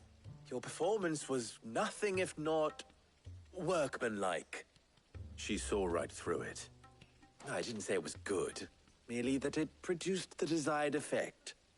Now, my scouts should be returning shortly. Meet me back at the Briar's Kiss, and we shall see what we face.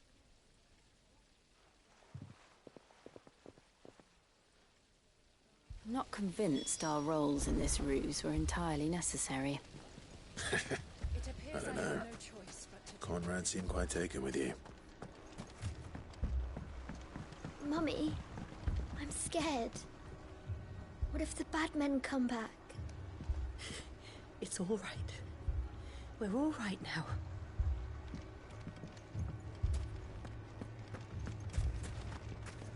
Oh, I'm ruined.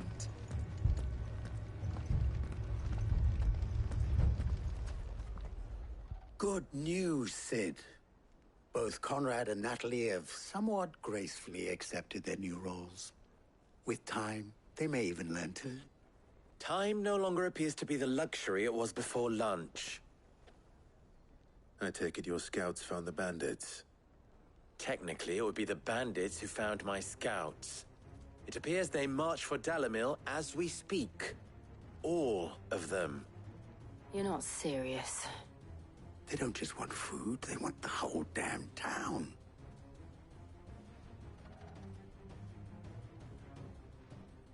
I have a favor to ask. I'm told the bandits march in two groups, one from the south and one from the desert, in a move doubtless intended to stretch our already gossamer-thin defenses. Very well. Jill and I will meet those from the desert. But what of the rest?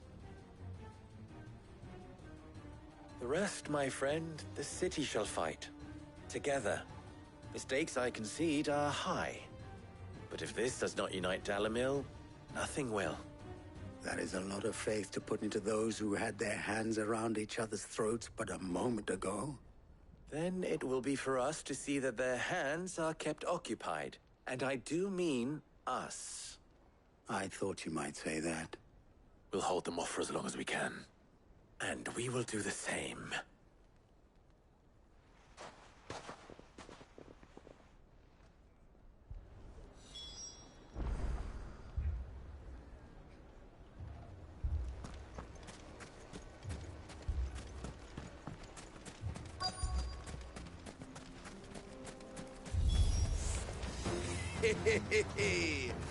The women folk have come to welcome us. I'll take that one. He's all yours.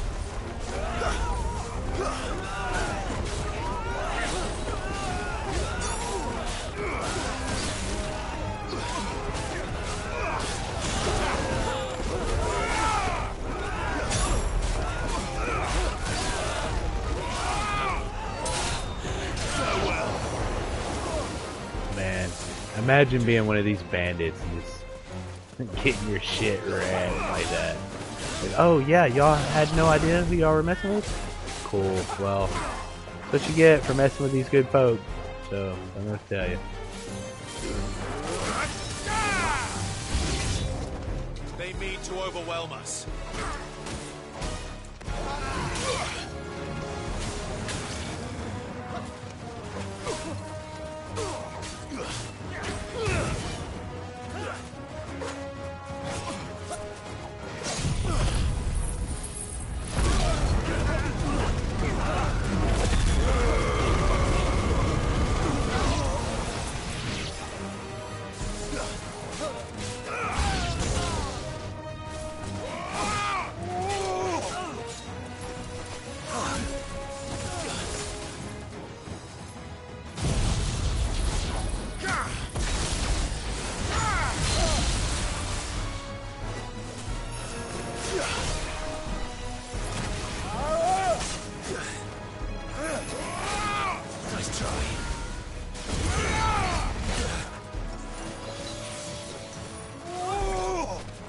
That's better.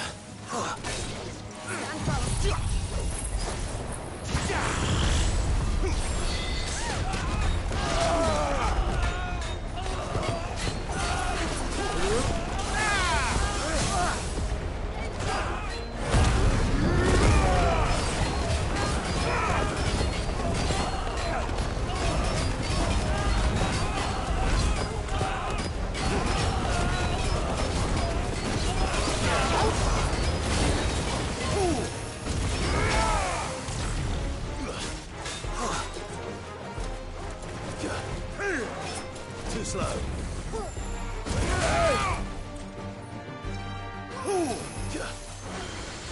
I let him catch me with the very tail end of that kick at the end and knock me down, but other than that, yeah, right there, other than that, we're good.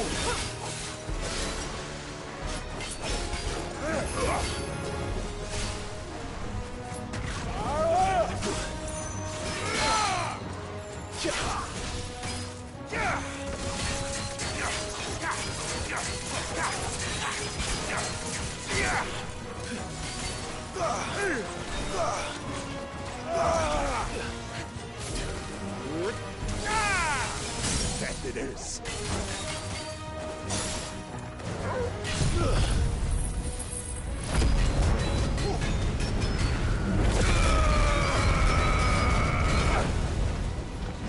Stop.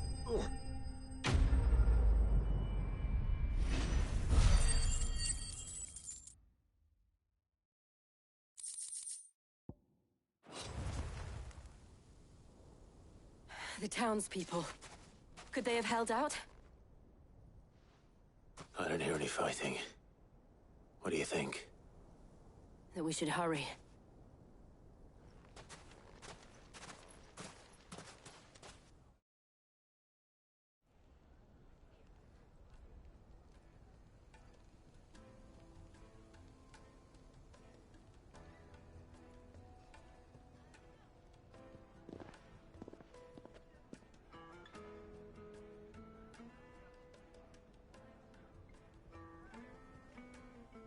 Natalie, I owe you an apology. You did well out there. The inn would have been lost had you not held the line. Without you, there would have been no line to hold. You saved us, Conrad. You saved Dalimil. We all saved Dalimil.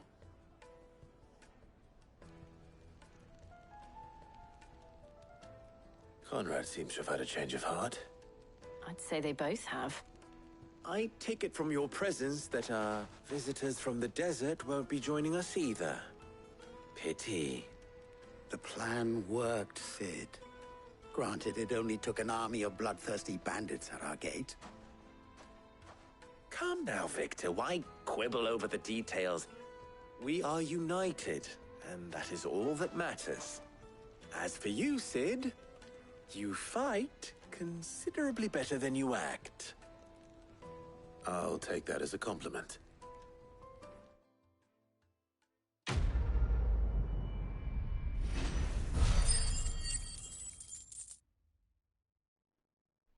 Down the rabbit hole. Completed.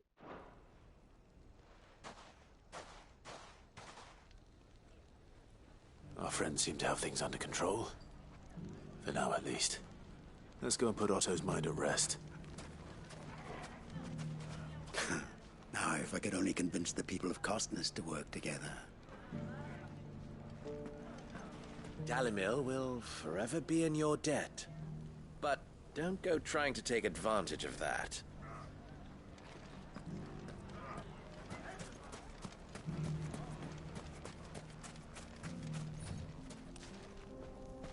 We may have driven the bandits back once, but what's left of them are still out there nursing their wounds.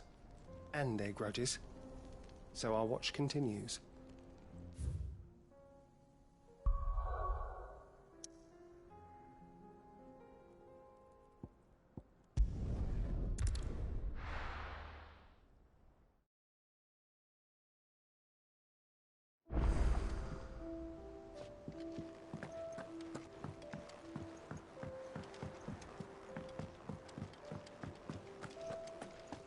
Seems the hideaway has lost its appetite.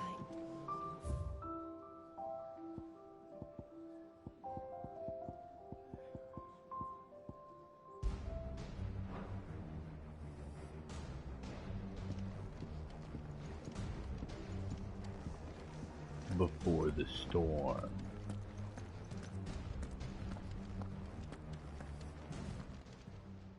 Still alive, are you? Coin purse weighing you down? It'd better all be here.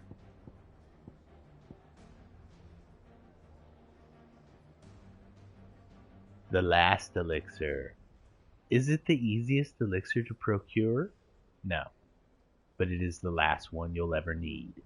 Upon KO, automatically restores all HP, fills limit gauge, and increases attack power by 10% and defense by 30% for 60 seconds. And this bad boy only gonna cost you 20 grand. Let me get that. You'll not find a better price than that. Yeah. Yeah, I want that. Come again. Or don't. I'm not much bothered either way.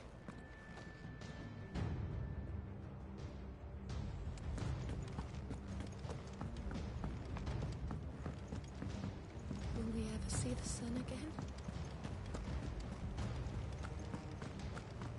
Did you see that? Tell me you saw that.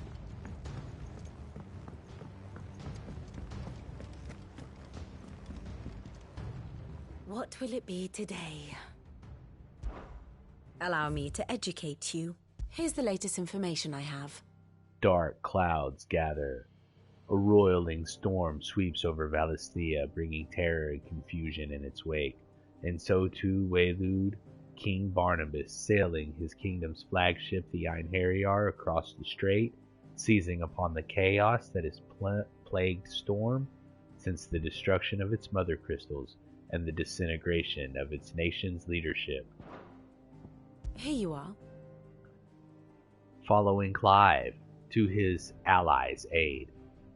Clive returns to the hideaway but has little time to rest and recover from his exploits in the Twinside. After the skies over Valisthea darkened, chaos has swept over much of the realm, and his allies need his aid. The state of the realm is ever-changing, Clive.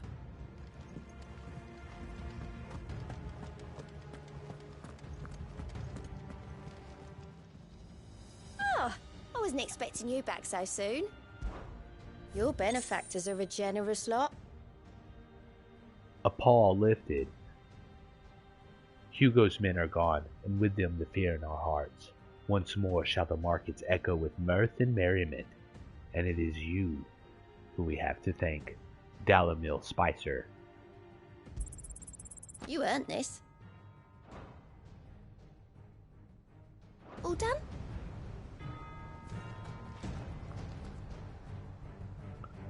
We got a bunch of ingredients and resources.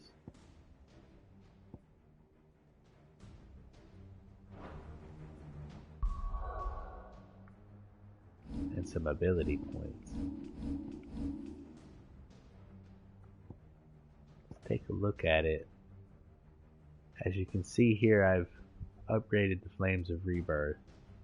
To master something will allow us to move it to another ability table, which will help, but we're not quite there yet. We've upgraded Aerial Blast. We've upgraded Judgment Bolt. Now last time we unlocked Bahamut's powers.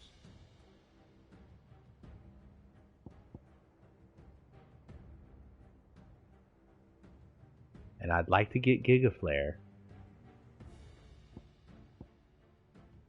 But first we're going to have to master an ability so that we can equip it on the other icon. You can only have 3 icons equipped at once, which is frustrating. I wish they had something like hold another button, you know, to make it to where you can get all 6 or something.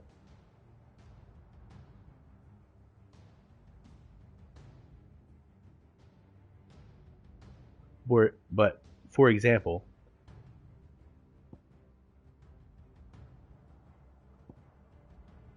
I think it's probably Judgment Bolt. If we master Judgment Bolt, then we can equip Bahamut and put Judgment Bolt on Bahamut, and then we'll also gain access to Giga Flare. We're just not quite there yet. Was wondering when you turn up. Had owls from all our friends thanking you for your timely intervention. How is it you always manage to arrive at just the right moment? Luck, I suppose. Any word on the rest of the realm? Let's see. Storm's still crying out for mother crystals. The nations are still in chaos. And the skies are still the colour of a kick in the kidneys 2 days on. So...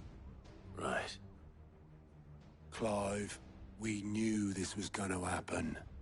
Well, not the bleeding skies part, but you take my point. Now's not the time to second-guess yourself. Now's the time to visit the infirmary. Talia says your brother's awake. Thank you, Otto.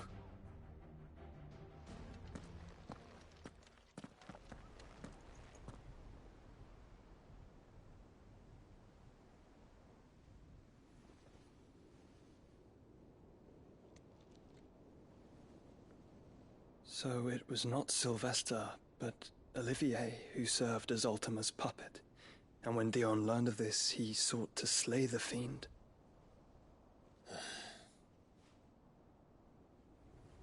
Only for his father to take the spear that would have freed him. Enough to drive a man to madness. Small wonder he hasn't stirred. I would be afraid to wake. Had I but reached out to him sooner, warned him of the threat Ultima posed. But now, both an empire and her prince lie broken. Joshua, what do you know of Ultima?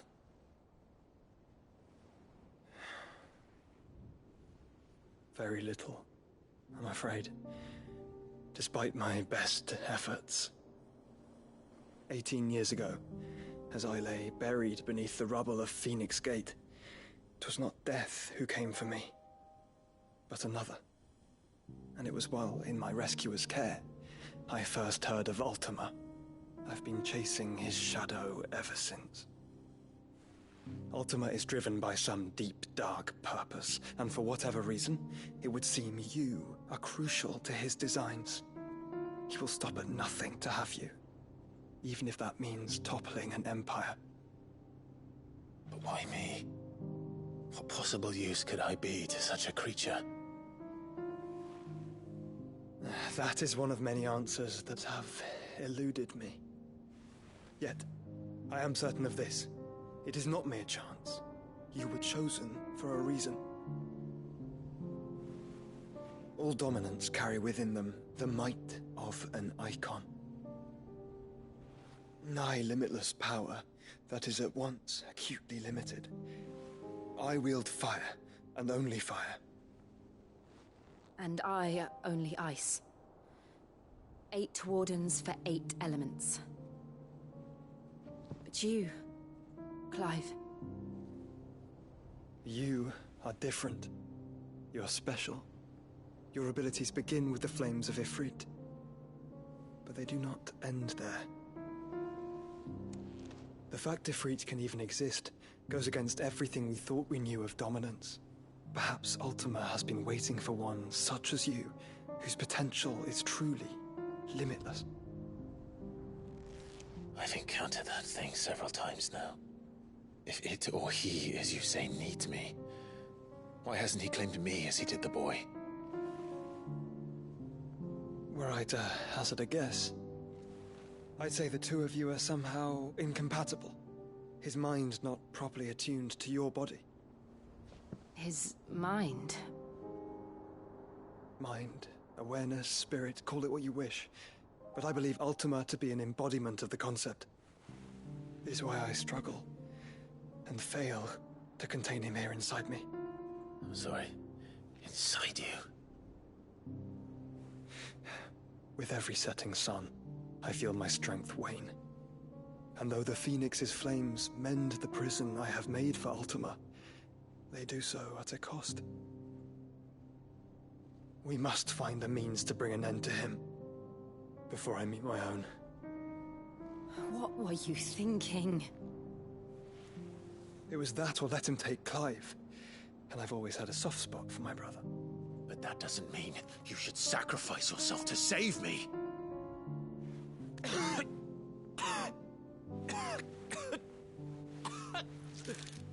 Joshua.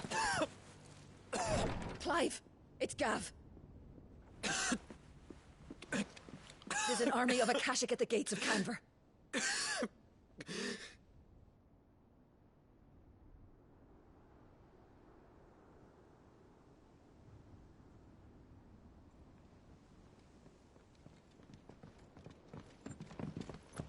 Well, what's the short of it?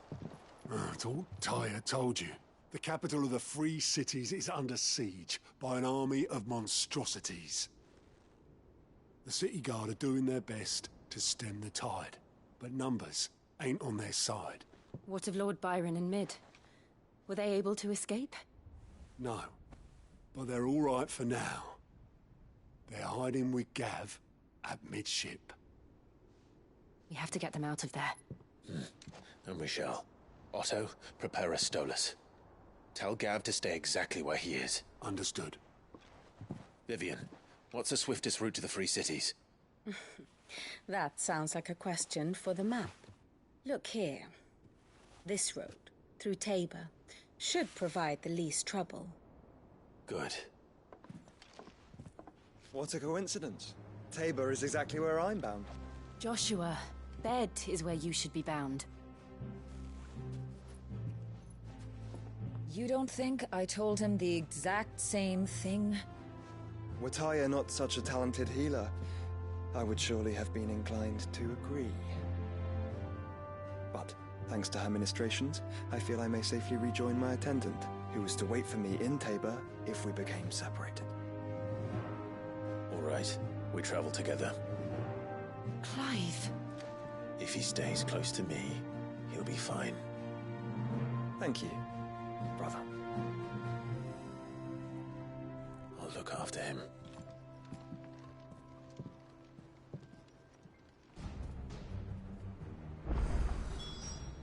My attendant was with me in the Dominion before I primed. She would have watched the battle unfold and witnessed its outcome. I trust you'll be waiting for me in Tabor, where I can finally introduce you. Back again?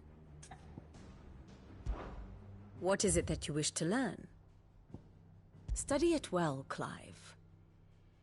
Following Clive to Tabor, Gav brings the shocking news that Canver is under attack from an army of Akashic. Clive, Jill, Joshua make for the Free Cities, a road that will lead them through the village of Tabor, where Joshua's attendant awaits. The state of the realm is ever-changing, Clive. Something else to say, buddy?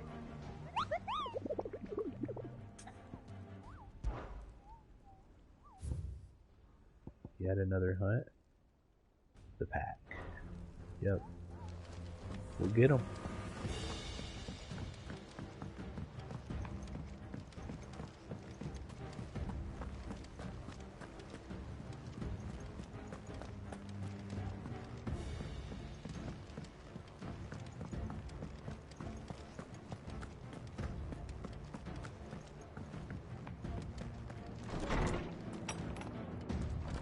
Is a storm coming, Sid?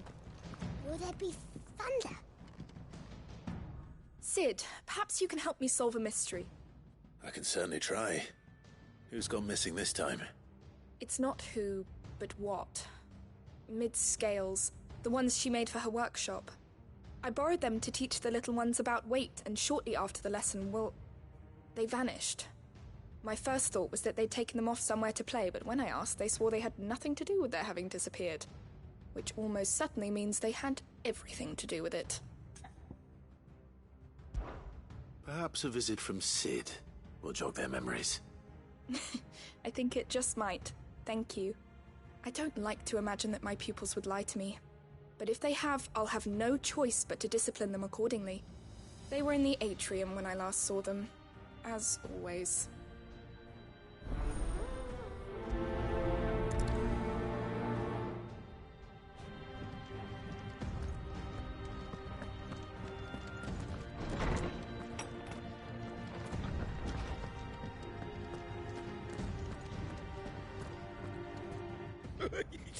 Ivan's newest dish is a masterpiece. Once you get over the urge to gag, that is. The battle cries of dread won't die. In ruin lies less. As shrinks the glim, so spirits dim, unanswered call oppressed. Seems the hideaway's Lost its that blasted book. Can you blame him? Here, you put me in this situation, Clive. You can bloody well get me out of it. I need a hand with a recipe.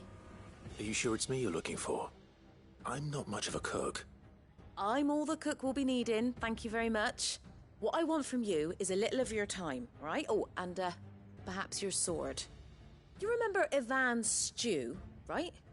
Well, despite the look of the thing, and that awful stench, people wolf it down. So I thought I'd try making one of these supposed masterpieces myself. Had a peek at the book and gave it a go, but, well... It wasn't as straightforward as you'd hoped. Ivan had the same problem. Yeah, but this is my blimmin' kitchen, and I will not be outdone. So if you don't want to be seen as playing favourites, I suggest you lend me a hand. I've never been one to play favourites, Molly. And I would be only too happy to lend you a hand. So, what's on the menu this time? A fried mortress of skyworm. That's one heck of a name, innit? Recipe seemed easy enough to an old hand like myself. Thought I'd followed it to a T. Only, turns out skyworm livers and drake's mint are not what I thought they were. At least I hope they're not, given the rancid mess they made. Ivan said the recipes in the culinary pilgrimage date back centuries. Who's to say the ingredients even exist anymore? Well, That's a question for a scholar, wouldn't you say? Perhaps you know of one? Kindly old fella who haunts the shelves, maybe? Fine. I'll go and speak to Harpocrates. Perhaps he'll know something. And if he does, I'll see if I can find your ingredients for you. You do that. Lest we forget, you've got a reputation to uphold.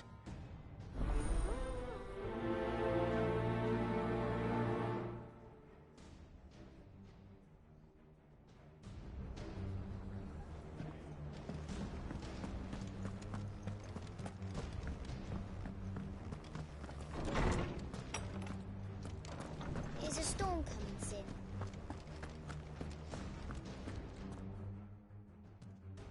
Lawsman Harpocrates.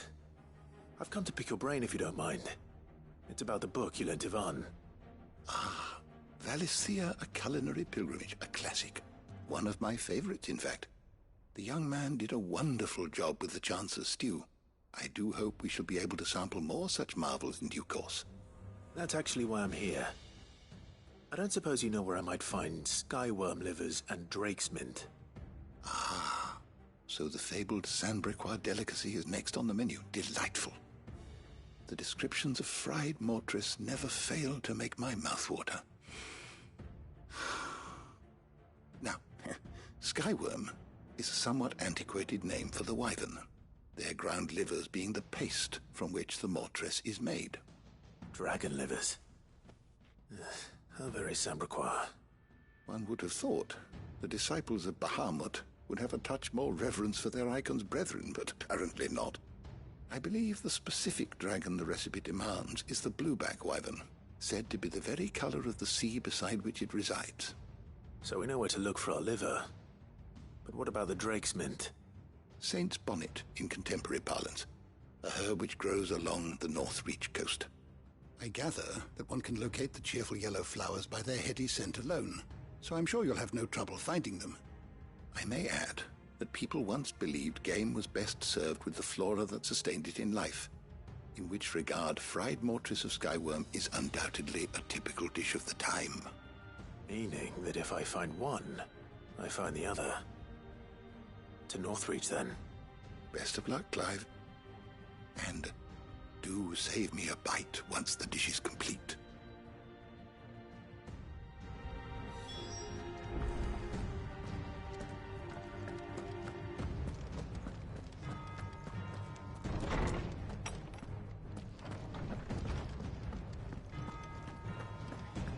Seems the hideaway is lost.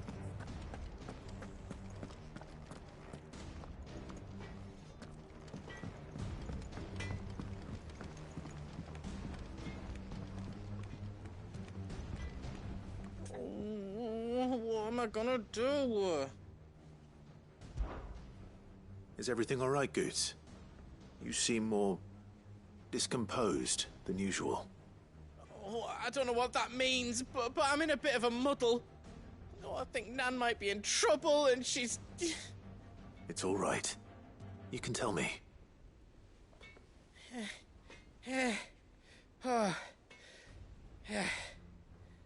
There was a trader came by. One of our usuals, like. Said he'd heard some rotten rumours about her down Dalimil Way.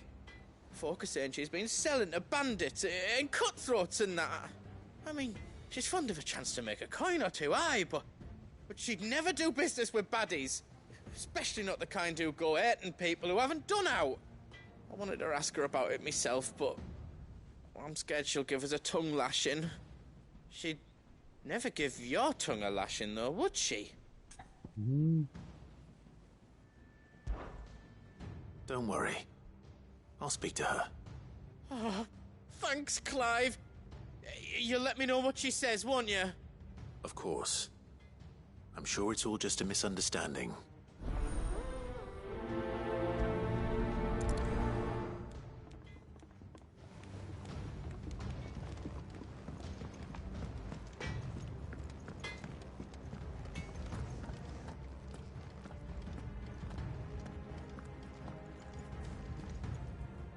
Lady Karen.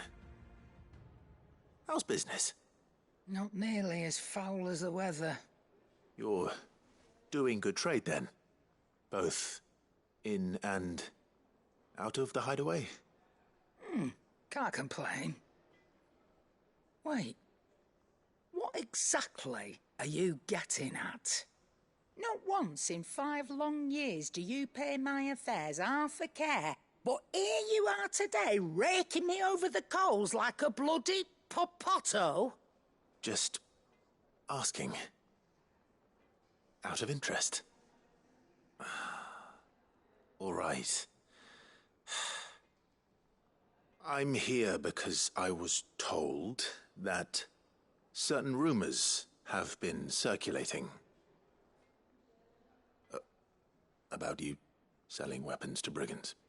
Oh, are you? And who was it who knows me so well as to tell tales of my evil exploits? I didn't exactly hear firsthand. All I know is that someone in Dalimil has been spreading word to that effect. And what? You believe it? You think I'm profiting off the blood of innocents, do you? You what? I've done things I'm not proud of. Might be there were a time when I turned a blind eye to the wretchedness of the world so I could line my pocket. But that woman is no more. And you'd know that if you'd ever paid the slightest bit of notice. You're right, Lady Karen. I apologize. It was wrong of me to doubt you. So, No, definitely it still was. got a tongue lashing, but No. that's okay. I reckon you've got better things to do than pointing your do-gooding finger at a poor old woman. Of course. Good day.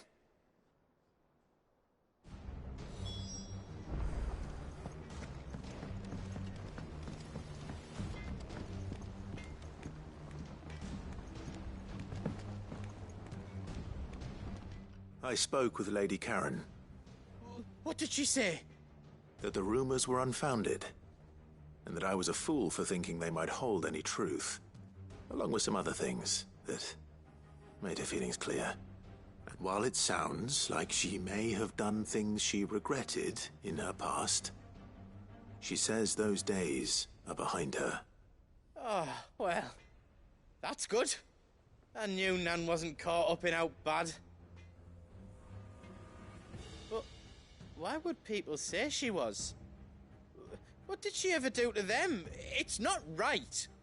No, it's not. But people do things for all sorts of reasons. Perhaps we'll never know. Well, I'm going to find out. That trader, he said they were all talking about her in Dalimil. So that's where I'm going. I'll find someone who'll tell me, you'll see. Are you sure that's wise? Whoever's spreading these rumors means Karen ill. Oh, right. But that's why you'll be coming with me, isn't it, Clive? I suppose it is. I'll find out who's been making up lies about poor Nan, and when I do, I don't know what I'll do, but it won't be pretty.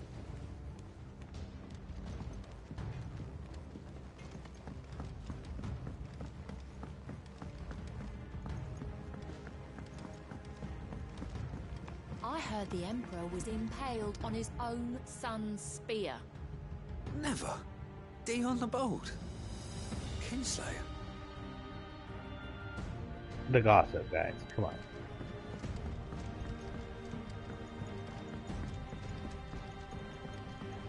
We're all gonna die!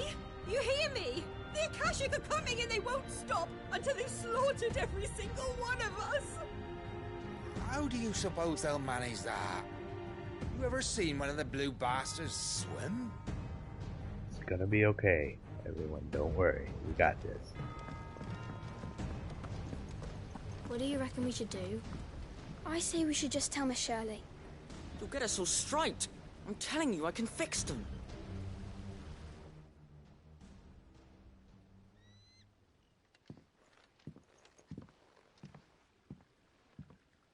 Sid! Hard at your studies, I see. And what is that? It's not a set of scales, is it? No. Of course it isn't. Well, not anymore, it's not. Oh, And just how long hasn't it been one?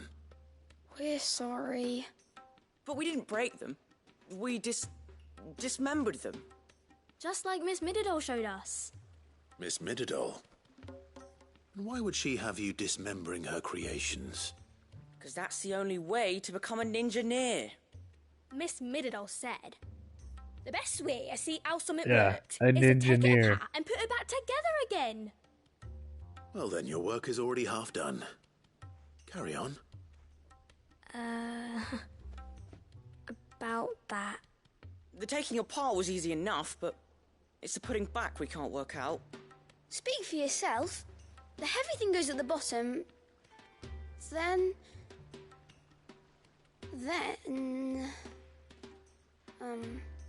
You three need to learn to take responsibility for your actions. So let's have a look at these parts with fresh eyes, shall we?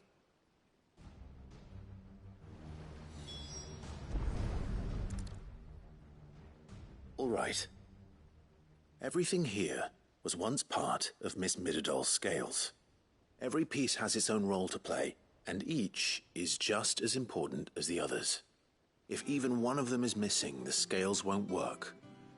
So let's think about what those roles might be. You already know one of the pieces. The body. Its role is to support everything else. But what of the others?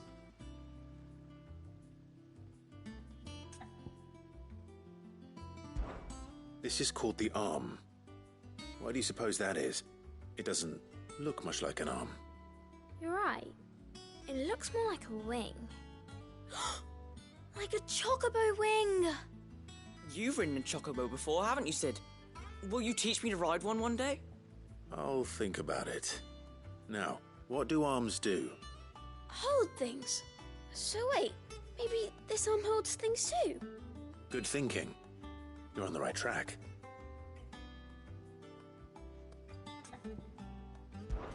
These round parts are called the pans. You all know what a pan is, don't you? I do. Molly uses them in the kitchens to fry bangers. But these aren't for frying bangers, you idiot. Ooh, They're for weighing bangers stuff. and mash. But what if I wanted to weigh Goots? I don't think he'd fit on that little thing. Probably not. What are the chains for? Holding the pans up? Well spotted. Which means something must hold the chains up in turn.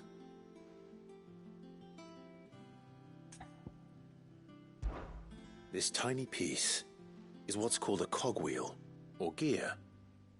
Have you ever seen one before? I have. Miss Mididol's dungeon is full of them. Most are on the floor. She puts them in all her inventions.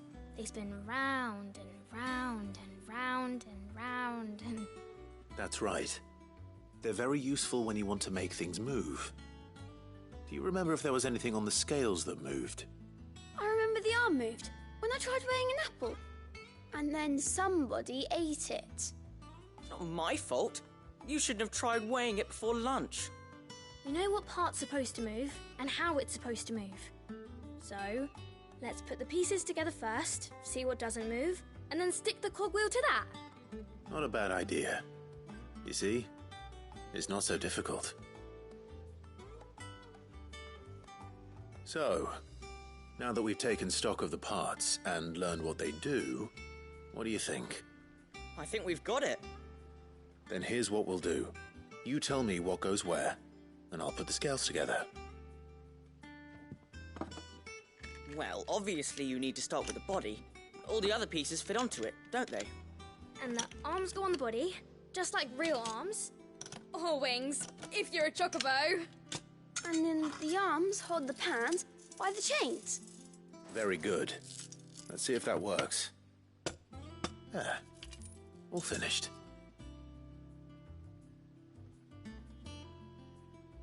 Yes! We did it! Well, with Sid's help. Oh, I just put the pieces together. It was you three engineers who showed me how. That's right. We're Miss Mididol's hairs. Her hairs? Yeah, hairs for the future. She's showing us her secrets now, so we can help out the hideaway when we're older. What do you think, Sid? Are we almost ready? With a little more help from Miss Mididol and Miss Shirley, I'd say it won't be long at all. You hear that? It won't be long. Until then, though, do try to be honest with Miss Shirley.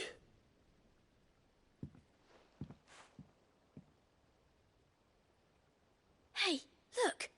We never used the cogwheel. You don't think Sid forgot about it, do you?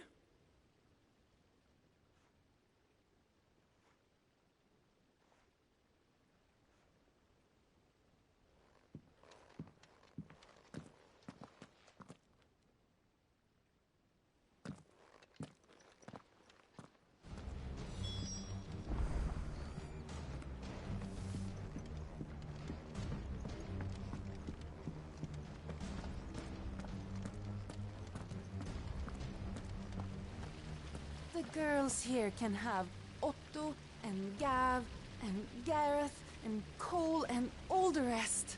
My heart beats for another. Now, if only Lady Taya would let me into the infirmary to see him. The prince.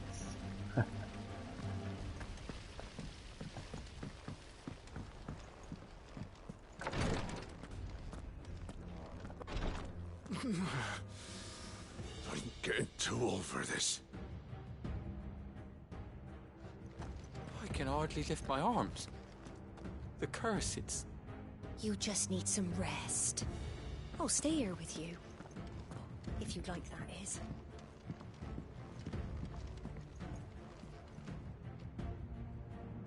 Dion the Sarge.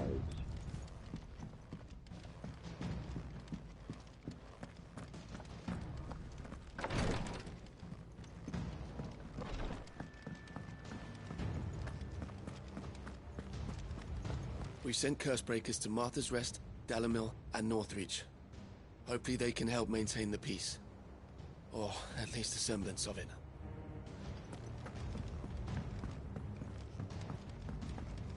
Did you see that? Tell me you saw that. There's barely been a shipment in since the skies started boiling. A few more days without a visit and we'll have to start eating the blankets.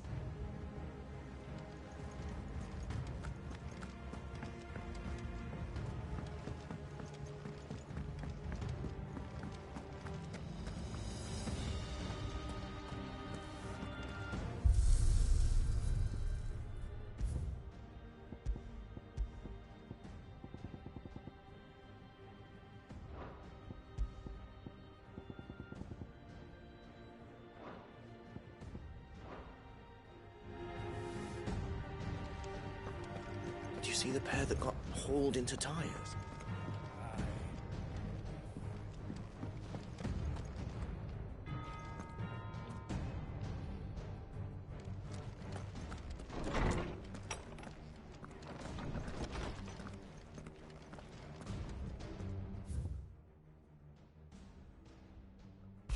A humble request. Master Clive, I apologize for this sudden and untoward gesture. Circumstances have forced me to seek immediate aid, and there is none other to whom I may turn. Your most esteemed Lord Uncle has presented me with a task most vexing, and I fear I am wholly unable to perform to his vaunted expectations, namely due to a marked lack of martial aptitude on my part. To wit, I am but a manservant, not a mercenary. While I maintain the fitness ample to attend to the needs of a manor, to the attending of bandits in the back alleys I am sorely ill-equipped. If it pleases you, my lord, prithee come to see me at Martha's Rest, where I shall proceed to explain my predicament in full. Sebastian Rutherford, Senescal to Lord Byron Rossford. Rutherford? Wasn't that the name of my uncle's manservant? Why would he be at Martha's Rest?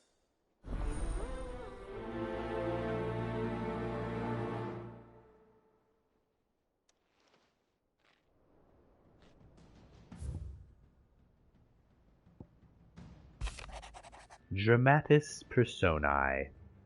The Guard and League have put aside their differences for the time being, allowing us all to leave to sip our snake's pit in relative leisure, for that I would hazard we have your better half to thank. She put on quite a performance. As for yours, well, from one aspiring thespian to another, might I suggest working on your delivery, and your projection, and those stiff limbs of yours, you know what, and your countenance, well, everything else. We wouldn't want to do the name Underhill a disservice now, would we? Lubor. The flames burn bright. You have an uncanny talent of showing up where you're most needed, my lord. Without your steel, I fear the rest would be in the hands of the Akashic, and us, but more of their nameless numbers. However, with the Horde now both thinned and fractured, we Guardians can focus our efforts on putting down the smaller packs without the worry of being overwhelmed, while Martha's Blood Axes can return to defending the Tor. As for young Oscar, you will forgive my sudden request for taking him under your wing. He is a good man, attentive, polite, hard-working, so as you can see, he already has learned everything he can from me. He would do well to continue his squiring under a more worthy shield, and the realm has none more worthy than you, my lord. Wade. How fares the rest? The Guardians are getting along with the Axis fine enough, working to shore up the rest walls, when not clearing out what threats remain down in the reeds, though chances are we'd still be neck deep in Akashic had you not given that horde your firm but gentle nudge. I know you've a realm to save and all, but if you are ever in need of a quick reviver, come see us, and we'll tap you a cask. Martha. Word from Northreach. Clive, you have the town's thanks for helping us rid us of the thralls, but we are neither of us so naive to think that we have seen the end of their like. Good Felipe has taken to seeing that we are prepared should the ghouls come once again calling, but I oft worry the rank of captain has begun to weigh heavily upon his shoulders, just as I imagine the same might be said of you and your burdens. But remember, should the weight ever become too much, you needn't stand alone. Our hearts and arms remain ever open, as do the Vale's doors. Isabel.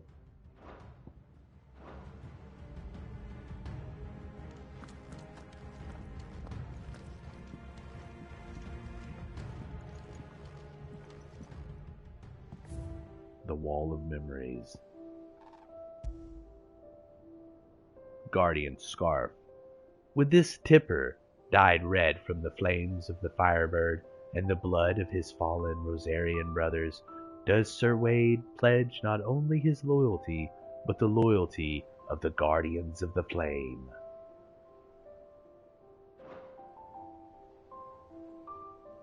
And on that note, that's going to do it for this episode, guys. Thank you so much for watching. I hope you enjoyed it. And if you did, please go ahead and hit that like and subscribe button. I hear that now the algorithm or whatever can pick it up so that when you say like and subscribe, maybe that little button will just go ahead and give you a little animation, light up for you, shoot some fireworks off, something like that. And if that's so, give it a look. Check it out. If you're watching, can you see the buttons? Go ahead and hit that like and subscribe button if you can. I hope they did the trick.